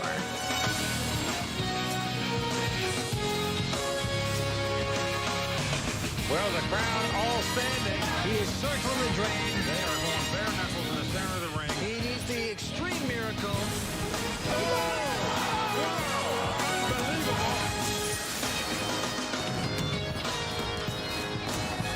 Buonasera, I am Kimberly Lansing, and welcome to the World Poker Tour, where we have returned to the beautiful Casino di Venezia.